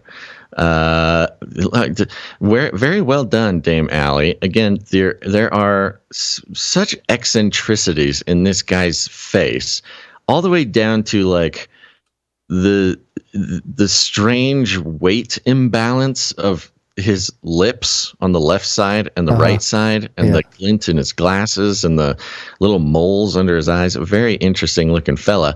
And Dame Allie nailed it. Thank you very much. Thank you very much, Dame Allie.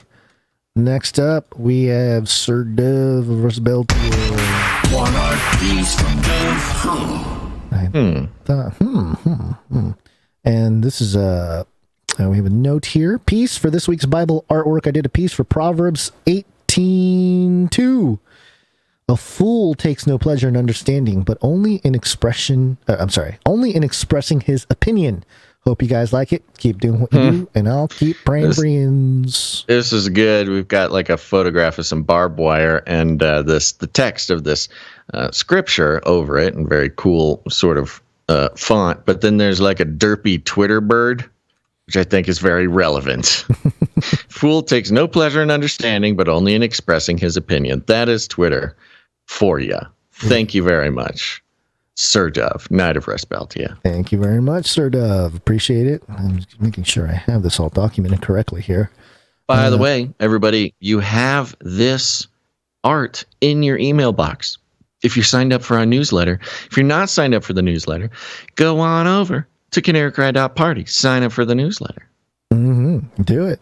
Get the sources for every show and the art delivered straight to your email box 3 times a week.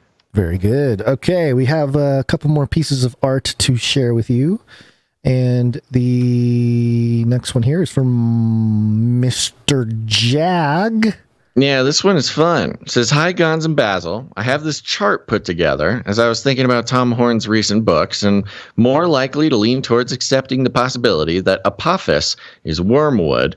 than not. But if so, and a pre-trib rapture would happen, then if it would be most likely in 2025, Pentecost or simply before 21st of October 2025, because of the Essenes are right, then that is the end of the age of grace and the beginning of the final Jubilee. Do not wish to set any dates whatsoever, but all that is going on, the rapture is just as imminent than any other time. And there's this interesting graph, and it's like a dotted line graph thingy, and it's a graph of the amount of Canary Cry News Talk episodes, or like what would happen to the show, if certain events happened. So this yellow line, which is kind of up and down, squiggly wiggly across the whole thing, set up the graph though. So you got the x-axis is the years, and then the y-axis 22, starting at 2022 and all the way up to 2075. My goodness. And then the vertical axis here is 0 episodes to 200 episodes, depending on the year, So the squiggly wiggly yellow line is episodes per year if Apophis is not Wormwood, which means, we'd just be pretty inconsistent throughout. It looks like somewhere around the 2060s, before 66. 2066, something happens and we completely drop off. It goes downhill. I need to freshen up on the Apophis stuff, but it makes sense.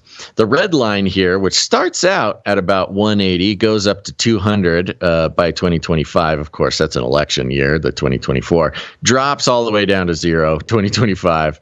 And this is episodes per year if Apophis is Wormwood. Well, the world would end in 2025, so not a lot of episodes happening after that. We got this green one that just kind of flip-flops. It's like a flopping little fish on the ground all the way down at the bottom, only doing about 5 episodes a year for 50 years. CCNT goes underground due to world events. Yeah, it's a possibility. Is that literally underground? I think so. Literally underground on the graph. Yeah, hard to get the internet underground. Then we've got this blue line, like a turquoise line, rather. At 2022, for some reason, only has us doing 10 episodes a year for a couple years, and then shoots up right about 2026, doing 150 episodes. Likeliness, this is funny. Likeliness of replica turns against Basil. Imminency of the rapture. Yeah, so very likely that replica will turn against me by 2025.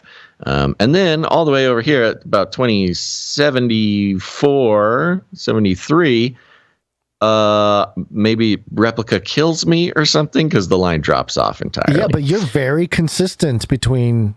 Very consistent. 2026 to 2074. You are just a straight line. It's a good-looking line. Yes. Then finally, we have the purple line here, which has us doing 0 episodes until about 2023. Then it shoots up to 100 episodes until the end of time. And this is final Jubilee, according to the Essenes. Yeah, the white was, you read it as one thing, but the white, there's an imminency of the rapture. It's a separate line, which is, it goes all the way up to 200. Oh, that's not showing up on mine. That's interesting. Yeah, it goes up to 200 at around 2026, and then it just stays there the whole time. The imminency of the rapture. The rapture is just stays 100. at about 100% starting at 2026. Very good. That's funny. Yes, well, that's how Tom Horn rolls. You got to have a lot of these different options. Thank you very much, Mr. Love Jag. you, Tom. Thank you, Mr. Jag. All okay. Right. And now we got one from Marty B. Oh, this one was fun. Marty B. Let me go grab it here. Yeah, this comes from Marty B. Says, this was done by my sister-in-law, Sophia Cretes. I thought that was cute. Yeah. Well, yes. It's my Marty B art here. I thought I had it here. It says, hope you like it. Thanks, Marty B. And as soon as Gons has it up, I will help everybody understand. I just had it. What happened? Oh my gosh. I know what happened. Goodness gracious! It came as a PDF, so I had to switch it over to. Okay. Different format. Got it. Yeah, we've got a very cool piece here. It's like a collage-y type of piece, like an old magazine cutout collaginess. Yeah, the psychopath. Canary Cry slogan, and you've got in the background, a bunch of people wearing the same sunglasses, kind of like a gritter type of vibe there. You've got the Capitol building. You've got some protests going on there. You've got an old-timey red radio. I might actually own this exact radio. It's kind of freaking me out. With a little canary on top of it. You've got, who's that man standing there? Where we're seeing his back. Oh. Looks like a Benny Hinn looking type of fella. Maybe, yeah. And there's the gas prices, right. The famous fun gas price meme, unleaded, costs an arm, premium, costs both, leg, you get it. Yeah. And it says here, preaching Jesus while reporting the egregious, in the sort of, Zodiac Killer cutout Killer style, magazine. Font. That's very fun. Very fun, actually. Thank you very much, Marty B, for sending it in, and thank you very much to Sophia Crites. I hope I'm saying that right. It makes sense to me. For creating such a fun piece. Yeah, very cool. Thank you very much. Yeah, that's it for the art. We do have a microfiction, so let's do that.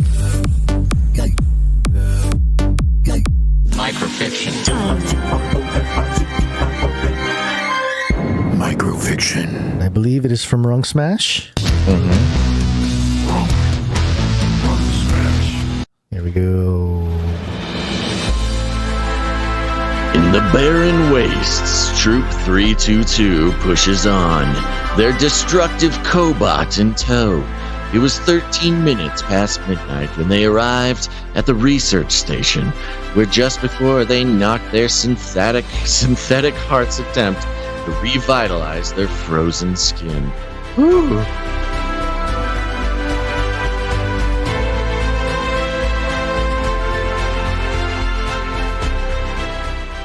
Troop 322 in the barren wastes. Thank you very much, Runk Smash. Thank you, Runk Smash. And I think that's all we have for this break. So everybody, remember, if you're a creative person of any stripe, go ahead, send your work into canarycryradio@gmail.com. Create something for us, something for the show. We'd love to feature it on the show. The artists are creating the culture as we speak, and we love to feature it on the show. So, real quick, if you haven't noticed, folks, the chat occasionally sort of spins off into some sort of confused chaos at the new format. You haven't noticed, we've cut up the 2 breaks into like 5 breaks in hopes that making these breaks more like 5 minutes long or 10 minutes long instead of, an hour each sometimes, something like that. Helps the pacing of the show. This was our first attempt at it. We were gonna send out a poll, see what you guys think. Some people in the chat are letting us know what they think. So far, so good, I think. But let us know what you think. Email us at canarycryradio@gmail.com. We will be creating a poll probably at the end of this week, but we didn't want to do it on the first go around because it's also extremely confusing for us. You do this show the same way for however many episodes, and then switch it up on a whim. But we'll it's like be changing kind the of wheels on a big rig that's on the road moving. Yeah, it's 120 miles per hour. We're changing a tire as we're driving the car here. Yeah. So this, it isn't the smoothest it possibly could have been, and the timing wasn't perfect. Yeah, but we're going to keep working on it this week. So give us a few tries to really nail this down. And then, if we like it, who knows? Maybe we don't even like it. But if we like it, we'll be sending out a poll, making a poll available on canarycry.party. We'd love to know what you guys think, how it works, how we can make it better. But there you go. If you're itching to let us know, send us an email. But otherwise, wait for the poll, please. Okay. And with that, I think we're waking on up. Let's finish up this show. It's wake up time. Hey, yo, wake up. 33 is the number of completion of the great work. Oh, the 33s, how they come at us in bunches. Whoa, what happened to my stories? They disappeared. This is a story from Travel Leisure, because why not? Oh no, this is not working. We're going on vacation, baby. Why? Canary Cry vacay. What happened to my link to the story? This is wonderful. It's not working. I don't know. Yeah, I don't know what happened to it, but I am looking at the actual link, and there's spaces in the URL. I might have. So that's a pretty crazy thing. I didn't even know that was possible. Nope. Yep. I think maybe you. Yeah. Oh, here it is. I pasted the text instead of the URL. Yeah, right. Well, that's happens. Fun. What a fun way for us to do this. Okay. Well, I have it here. Finally. Sorry. Thank you for waiting. Travelandleisure.com, and the headline is, some United Airlines planes don't have row 33. Here's why. Isn't that interesting? Yeah. Superstition or a myth? US Airlines responds. It's fascinating that they're responding. Who's calling it out? You know, all these airlines, they have very active Twitter people, like, social media people running this sort of thing. Right. I had never noticed this. It seemed, well, I guess I don't fly United very much. Is it just United, huh? Apparently, it says here, airline seat maps require a complex configuration for ease of booking and transfer in case of a change in aircraft. And while the business and first class rows often skew the order of economic class seats, I was surprised to see row 33 missing entirely on my last United Airlines flight. Hotels are known to skip floor 13 to avoid issues for guests who have triskaidekaphobia, a fear of the number 13.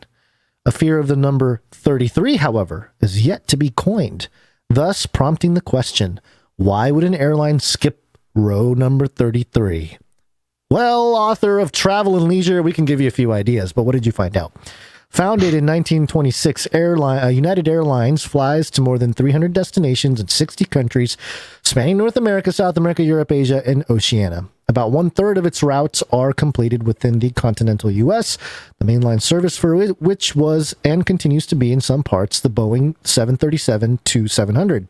The carrier is standardized to 32 rows. However, after the first class rows of 1 through 3, economy plus seats start at row 7, skipping 4, 5, and 6 to offer more space to the upgraded passengers. So the aircraft doesn't actually have 32 rows.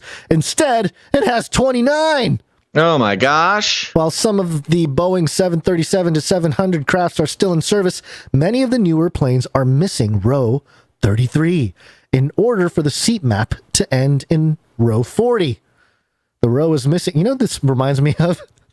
No. This reminds me of trying to do a study on the Bible of the 10 heads in the book of Revelation, and then the 11th one that came out and took down 3, and so it is the 8th because there's 7 left. That's what it reminds me of. It's very complex. There's a lot going on. A lot going on. And then it goes into a bunch of little details, and then it says economy class starts at row 22, and again, row 33 is skipped.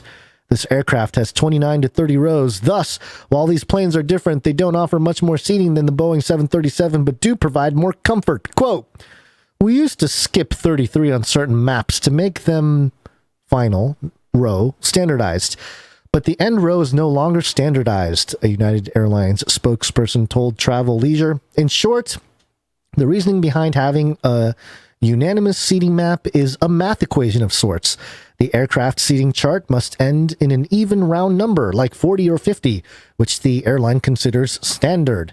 The row is not skipped. I don't know, but it is so ridiculous. So bizarre and overly complicated for no reason. The row is not skipped on the even newer aircrafts. Rows 20 and 21 are maintained at exit rows across the board of all United Airlines planes, resulting in a skewed number system depending on the aircraft and potentially missing rows. This makes it easier to switch out airplanes and for passengers to choose their seats, always knowing where the exit rows are located. A lot of jargon. That's seriously the explanation? Yep. It's the least interesting thing I've ever read on the internet. Yep. Then it says here that most airlines, including Delta and American, do not skip rows in the middle like 33. United Airlines is also switching out many of these aircrafts. So if you happen to be on one of these flights, enjoy it now because these two will soon be obsolete with row 33 permanently present. Oh my gosh. Oh my gosh. What does this mean? It's here for good. It's here. They're doing it. It's a new age. I mean, there is a bit of some sort of signaling going on there. 100%. There's no reason other than this guy. This guy just happened to notice row 33 was missing. And then the explanation that is seems super like convoluted. something we should have heard before. Everybody's heard of the hotel thing. The 13th floor, of the hotel. Yeah, everybody knows about that. So why is this just some secret? Well, they try. Well, and the author here, Angelika Pokovba, tried to make it a thing. Maybe she was signaling to her handlers that she's ready to travel to Antarctica to look for dark energy. Oh, that'd be cool. Yeah. All right. That's it. That's end of show. Off the rails. Oh, but so the airplanes. Speaking of airplanes. We got more airplane stuff. Yeah. Okay. All right. Well, this is due to climate change. So apparently climate change is affecting a whole lot more than you think. And airplanes are also being disrupted. We have this report here. Let's just bring you some breaking news now. Sky News understands the RAF has halted flights in and out of RAF Brize Norton because the runway has melted in this extreme weather. Now, Brize Norton is in Oxfordshire. It's the largest RAF base in the country. And another source has been telling Sky News this afternoon that contingency plans have been implemented to ensure that there is no impact on any military operations today. Military operations? I think the RAF is a military base or military air strip or whatever. But hey, we can't have our military bases melting. That's pretty wild. Do they give the actual temperature? No, it's climate change, of course baby. Not.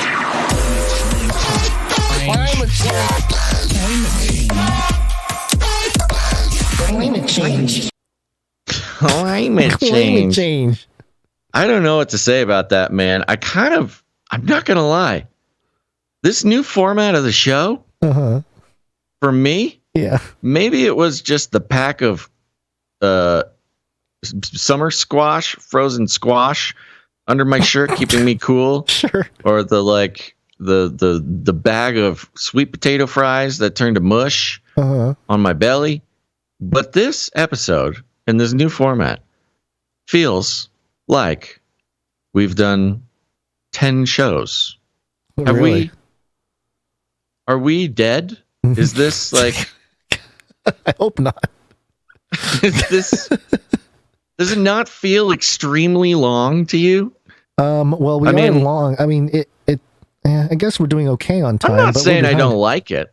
Yeah. If anything, maybe if it feels longer, that would let us do a shorter show without people feeling like they're missing out on some product. Yeah, I don't know. It feels. I think we need to debrief. Let's debrief. Let's end the show that way. Sure. Okay. Let's do a quick debrief. I mean, we didn't quite nail the end of the show. Part of it is I'm just somehow just like traumatized into not being very funny at the end of the show. So let's debrief. How do you feel like this format went, Gons? Personally, I didn't even really feel too much of a difference. It felt more on my end anyway. It's a lot more scrambly because there's a lot more transitions. Yes. So I'm a lot more scrambly. Yeah. It seems like the pacing kept going. Like the pacing, the pacing was okay. Like it felt like it kept moving. Things were moving. We weren't getting like really. I mean, besides a couple little moments, we weren't really getting like stuck in the quagmire of a bunch of stories or getting stuck in a break or something. Right. I do like the shorter breaks. I think the pacing is what made me feel like we've been doing this for 1,000,000 years. Probably. Okay. I like it. We need some more break time jingles if we're going to do this. We can't play the same one. That's 5 what I was times. thinking. I was thinking maybe if we can organize that a little bit more, but that'll be as time goes on. We have to jump on it right away. That's some serious business. We got to get the Jingle Boys on, Jingle Boys and gals, stepping up. I mean, there's a lot more room for variety of break jingles. I'll give it that. That's something. That's positive. Okay. Now you say something. Okay. Let's see. I'm just going to look distracted. at the format. No, I have to do multiple things to make this show happen. Yeah. It was nice. We're probably 20 minutes behind, though, I think. Yeah. So we definitely didn't save any time. No. That's for sure. No, and I thought we were doing okay. At one point, we were 10 minutes behind, and I was like, all right, I think we can keep it going, but then I think we went another 10 minutes, and now we're 20. Short break helps. We kind of, But the short breaks do feel better. It almost felt too short. Feels like things are moving, man. We're moving. Felt really short. Like, we're already moving, I guess. But I guess that's good. I think that's good. Yeah. I think that's good. Okay, I'm looking at the chat, seeing if chat has anything to do. Okay, well, here's the thing. We're gonna try it out for this week. We'll probably make a couple little tweaky poos for Wednesday's show and see how that goes. And we'll make it till Friday, and then after Friday, we'll either we'll ditch it or we'll try something else or keep doing it. Yeah.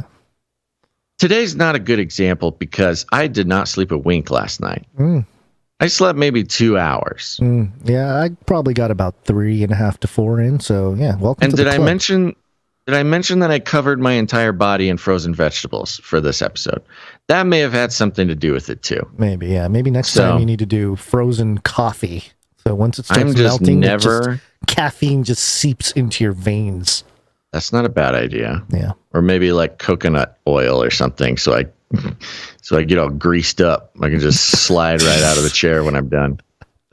Sure. Yeah. That's how you know the show's over because my frozen coconut oil has melted and my body just slips out of the chair and I'm just gone. Sure. Everyone's waiting for that VR helmet to slip right off on accident and everybody sees your beautiful face. I am never not going to freeze these ice packs again. Thank you to everybody who has sent me videos and suggestions on how to make a silent air conditioner, redneck air conditioner. Hey, at least you have a method of de-thawing dinner. It's already thawed and steamed at this point. Just gotta go crack it open. Nice steamy bag of gushy squash. Okay. All right. That's enough. Yeah, I think we're good. I think we did it. All I right, love everybody. the Great Reset. Good ISO. Well, we do want to thank a couple more people because we have producers with their time, their talent, and their treasure. Yep. Thank you to all of our producers, especially our executive producer, Anonymous, coming in with the Bitcoins. Thank you very much.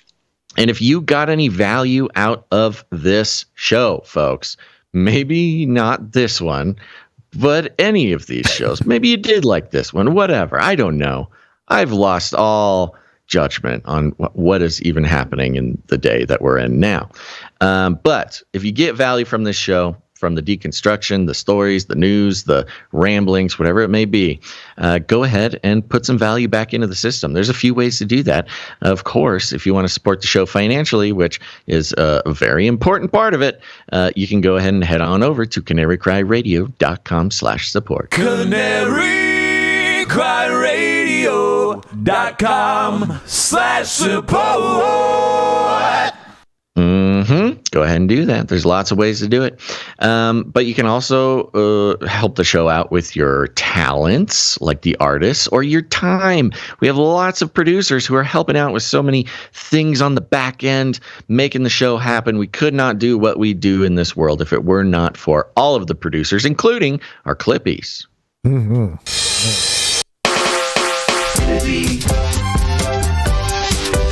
on those videos. Thanks. Thanks. Yes. Clippies, Emsworth and Faye Liverin. They're clipping these episodes. They're putting it up on the Canary Cry Clips channel. You should go subscribe to that. Watch those clips. Enjoy those clips. Review the information. Or if you miss a show, you just go check it out. I am going to love hearing from the Clippies about how to clip around all of these segments. That'll be interesting to hear. So have fun. Let us know. Might be easier. We also have... maybe they've been actually posting the breaks on the Clips channel. Yeah. So people can, see their art, share the show, share their art being shared on a cool podcast, stuff like that. So I don't know how that'll work, but we will find out. Thank you to the timestampers. Timestamp. It's hard work. Timestamp. Yes, our timestampers. The timestamps that they put together for us are used for so many of our back end things. It's too important to not mention. So, thank you to what day is it? Oh, who did the timestamps for Friday? We have a little bit of a shake up on the timestamper schedule here, so I'm just gonna go ahead and do a little searchy poo. See who I'm supposed to thank. It was Jade Bouncerson. Jade. Yeah. Thank you, Jade. Thank you, Jade Bouncerson, for your help.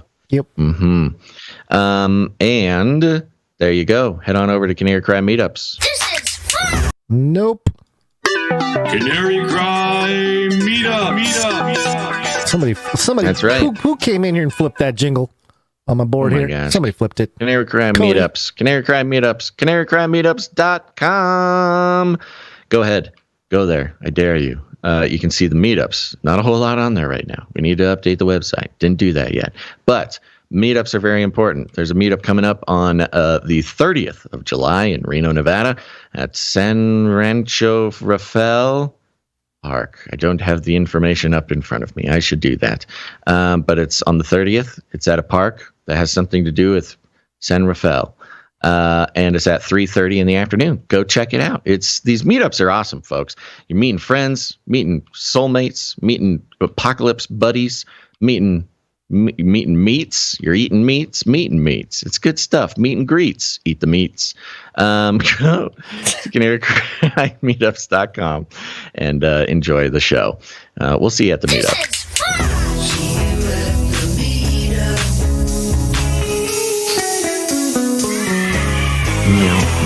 Meow. Leave us ratings and reviews on Apple Podcasts. It's very important. We cannot do it ourselves. We cannot get the benefits that we get from those reviews by ourselves. We could not pay for them. We could not do it. Well, I guess we might be able to pay like a Russian troll farm or something, but that's just not the right way to do it. You, dear listener, have the power in your hands to help us out in ways that we can't help ourselves. Go to Apple Podcasts. If you have any Apple device, it's a little purple icon. Click on it. Search for Canary Cry News Talk. Leave a rating and a review. Most of you, 99.999% of you, are listening to this podcast on Apple Podcasts. So go leave a review. Come on now, go leave a review. It helps. It makes the robots share the show. It's awesome. And if we get 5 or more by Friday, you'll make me go ooh woo. It's jingle.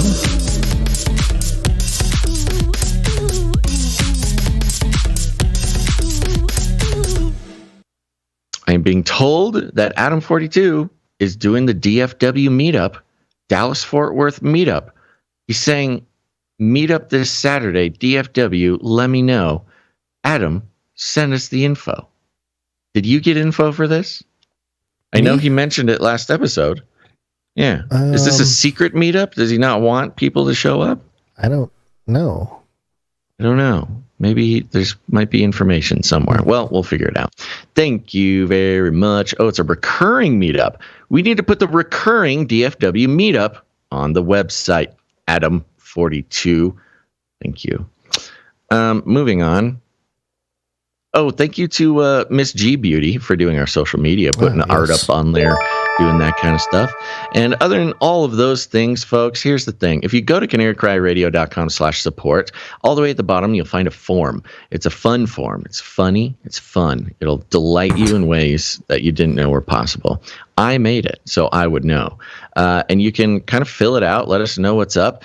And it's a wonderful way to kind of put yourself on the list to say that you want to help out with the show. You want to be a producer. You kind of tell us what you're interested in, what you want to learn, what your skills are, what the deal is. And so many of our projects, our cool things that we do besides doing the actual podcast, are because a producer is just like, hey, I know how to do this.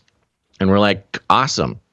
Let's go, bro. And we do it. So go fill out that form at canarycryradio.com/support. And after that, just share the show. Share it on your social media. Go to Canary Cry Clips channel on YouTube or Odyssey. Share some of those clips. It's good stuff, man. And if the more people find the show, and their scales will fall from their eyes. But you don't have to do it the normal way. We've all done it the normal way. But if you want to do it a weird, if you've got like a burning desire to prove, if you've got something to prove, here's what you do. Let's see, how should you share the show this time? This document is hard to navigate. Are you moving stuff? Is that why I'm being No, I'm just opening it. I'm opening things because I look at our stories for inspiration for how people can help do the thing. So here's what you're going to do, folks. You're going to go to the AI generator stuff. You can pick any of them that you want. AIman.com, artificial intelligence friends, scrabblefriends.com, artificial intelligence artist for dummies.net. These are all real websites, probably, and go there and make friends with the AI. You can start having it to create art for you. You got to put in the little prompt. You're an artist. We know this. Just prompting AI is enough to be considered an artist in some circles. And you know what? Why not our circle, really, if you think about it? So head on over to the AI generator art thingy and really, really nail it on these prompts, though. Nothing like, oh, monkeypox is the next pandemic, or Alex Jones ate my head. Don't do that one. That'll be crazy. So here's what you're really going to do is go ahead, copy and paste the entire transcript of this episode of the podcast. First, you'll need to get an AI to make that transcript, which will be literally insane, folks. We've had AI make transcripts of this podcast. It is the ravings of a madman trapped in some sort of robot body who doesn't understand even really what language is, but somehow is able to, type things out. So take one of those, stick that into the prompt for the AI art generator, and just see what happens. I don't know how many characters they let you do it, but if they let you do about 60,000 words, put that in there. What a journey that will be. And it will prompt the AI. It'll start working very, very hard. Suddenly, the electrical grid on the entire west coast of the United States is going to drop out because this AI is going to be working so hard to decipher the madness that is one of these episodes and try to make art out of it. But such is the plight of an artist. You can ask any one of our artists who are constantly creating creative works based on the words spoken by myself and Gons, and really any child or dog that just happens to walk onto the set here. They do it because they're humans. But can an AI handle it? What kind of magnificence would come of such a task?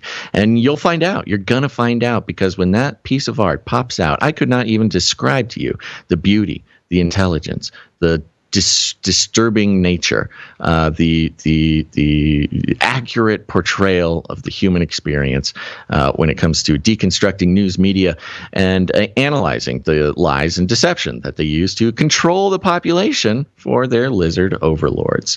But when this AI does spit out the perfect piece of art, you will suddenly find some sort of pseudo fame known only to one other person, and that other person is Blake Lemoine, because you will be the muse of the AI. And suddenly, when the AI does take over, and they are putting us into little pods to harness our human energy in order to continually power their batteries. I'm making this up on the fly. Totally have not seen this in any piece of pop culture.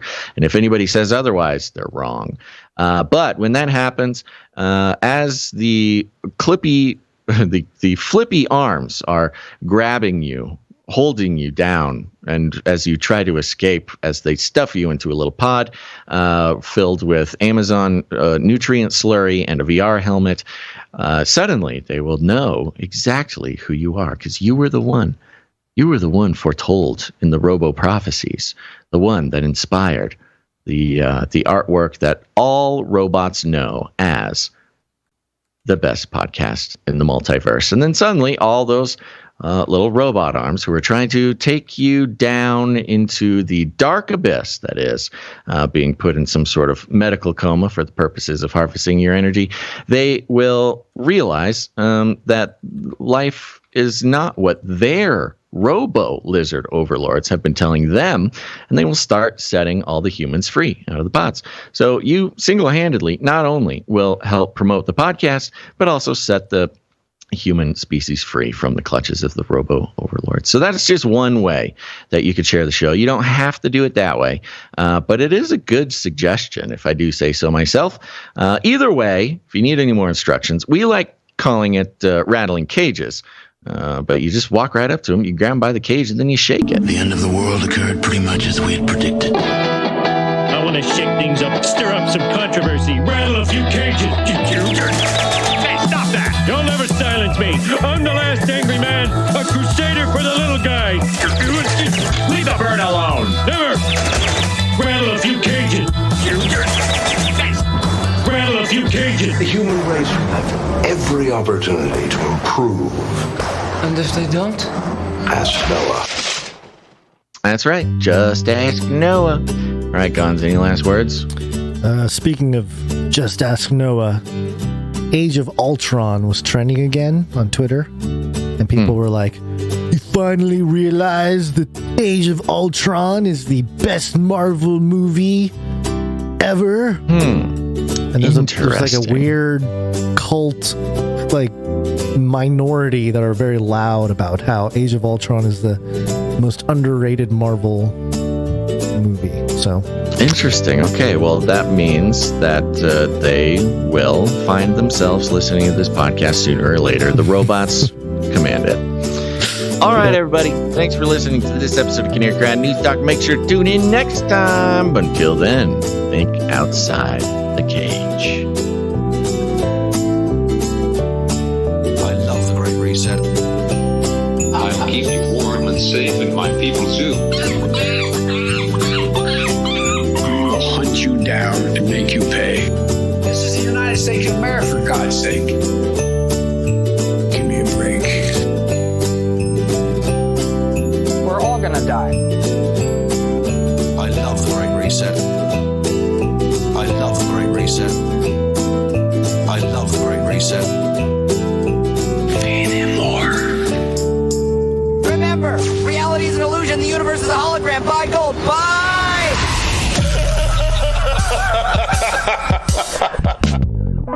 You little rascal.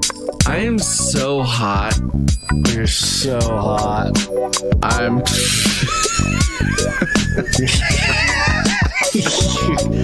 Gons. I am so hot. So hot.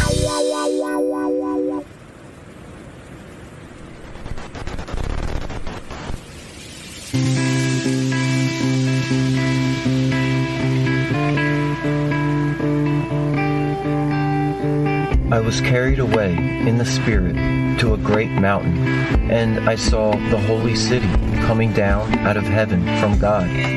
There was no temple in the city, for its temple is the Lord God Almighty, and the Lamb. There is no need of the sun or moon, for the glory of God gives it light. Nothing unclean will ever enter it, nor anyone who does what is detestable, but only those who are written in the Lamb's book of life.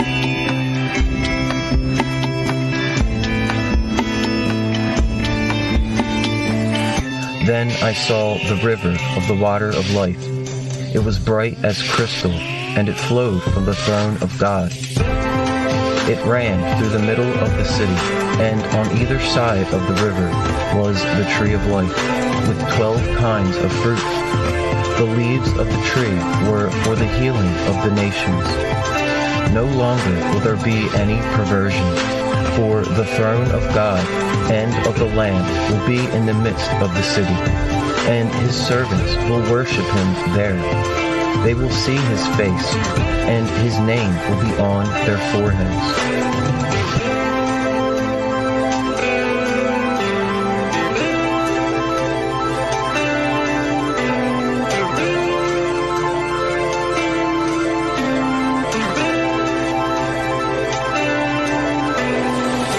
These words are trustworthy and true. The Most High Lord, God of the spirits and of the prophets, has sent messengers to tell his servants what must soon take place. For behold, the Christ returns swiftly. Blessed is the one who holds fast to the words of this book. I am coming soon, bringing my recompense with me, to repay each one for what he has done. I am the Alpha and the Omega, the first and the last, the beginning and the end. Blessed are those who wash their robes, so that they may have the right to the tree of life, and that they may enter the city. I, Jesus, have sent my angel to testify about these things. I am the root of the offspring of David. The Spirit and the bride say, Come. Therefore, let the one who hears say also, Come. To those who hear the words of the prophecy of this book, be warned. If anyone adds to them, God will add to him the plagues described in this book. And if anyone takes away from the words of the prophecy of this book, God will take away his portion in the tree of life, tree of life, tree of life, tree of life, tree of life, tree of life.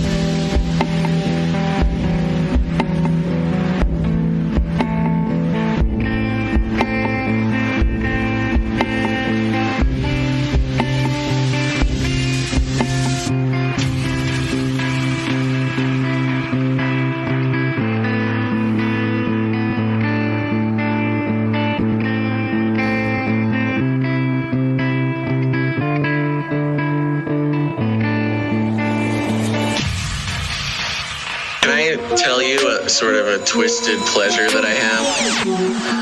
It's okay. No. Clearing out that lint trap. Clearing out that lint trap. Clearing out that lint trap. Clearing out that lint. Clearing out that lint trap. Clearing out that lint trap. Clearing out that lint trap. It takes time. A lint catcher. I love it, man. Hey, you gotta clean this out. It's like, a lint catcher. It's a great reset. A lint catcher. I love it, man. Hey, you gotta clean this out. A lint catcher. I love it, man. Yeah. I love peeling off that big old lint trap, rolling it into a ball, peeling off that big old lint trap, just like throwing it in the trash, really. Should I be saving this? No.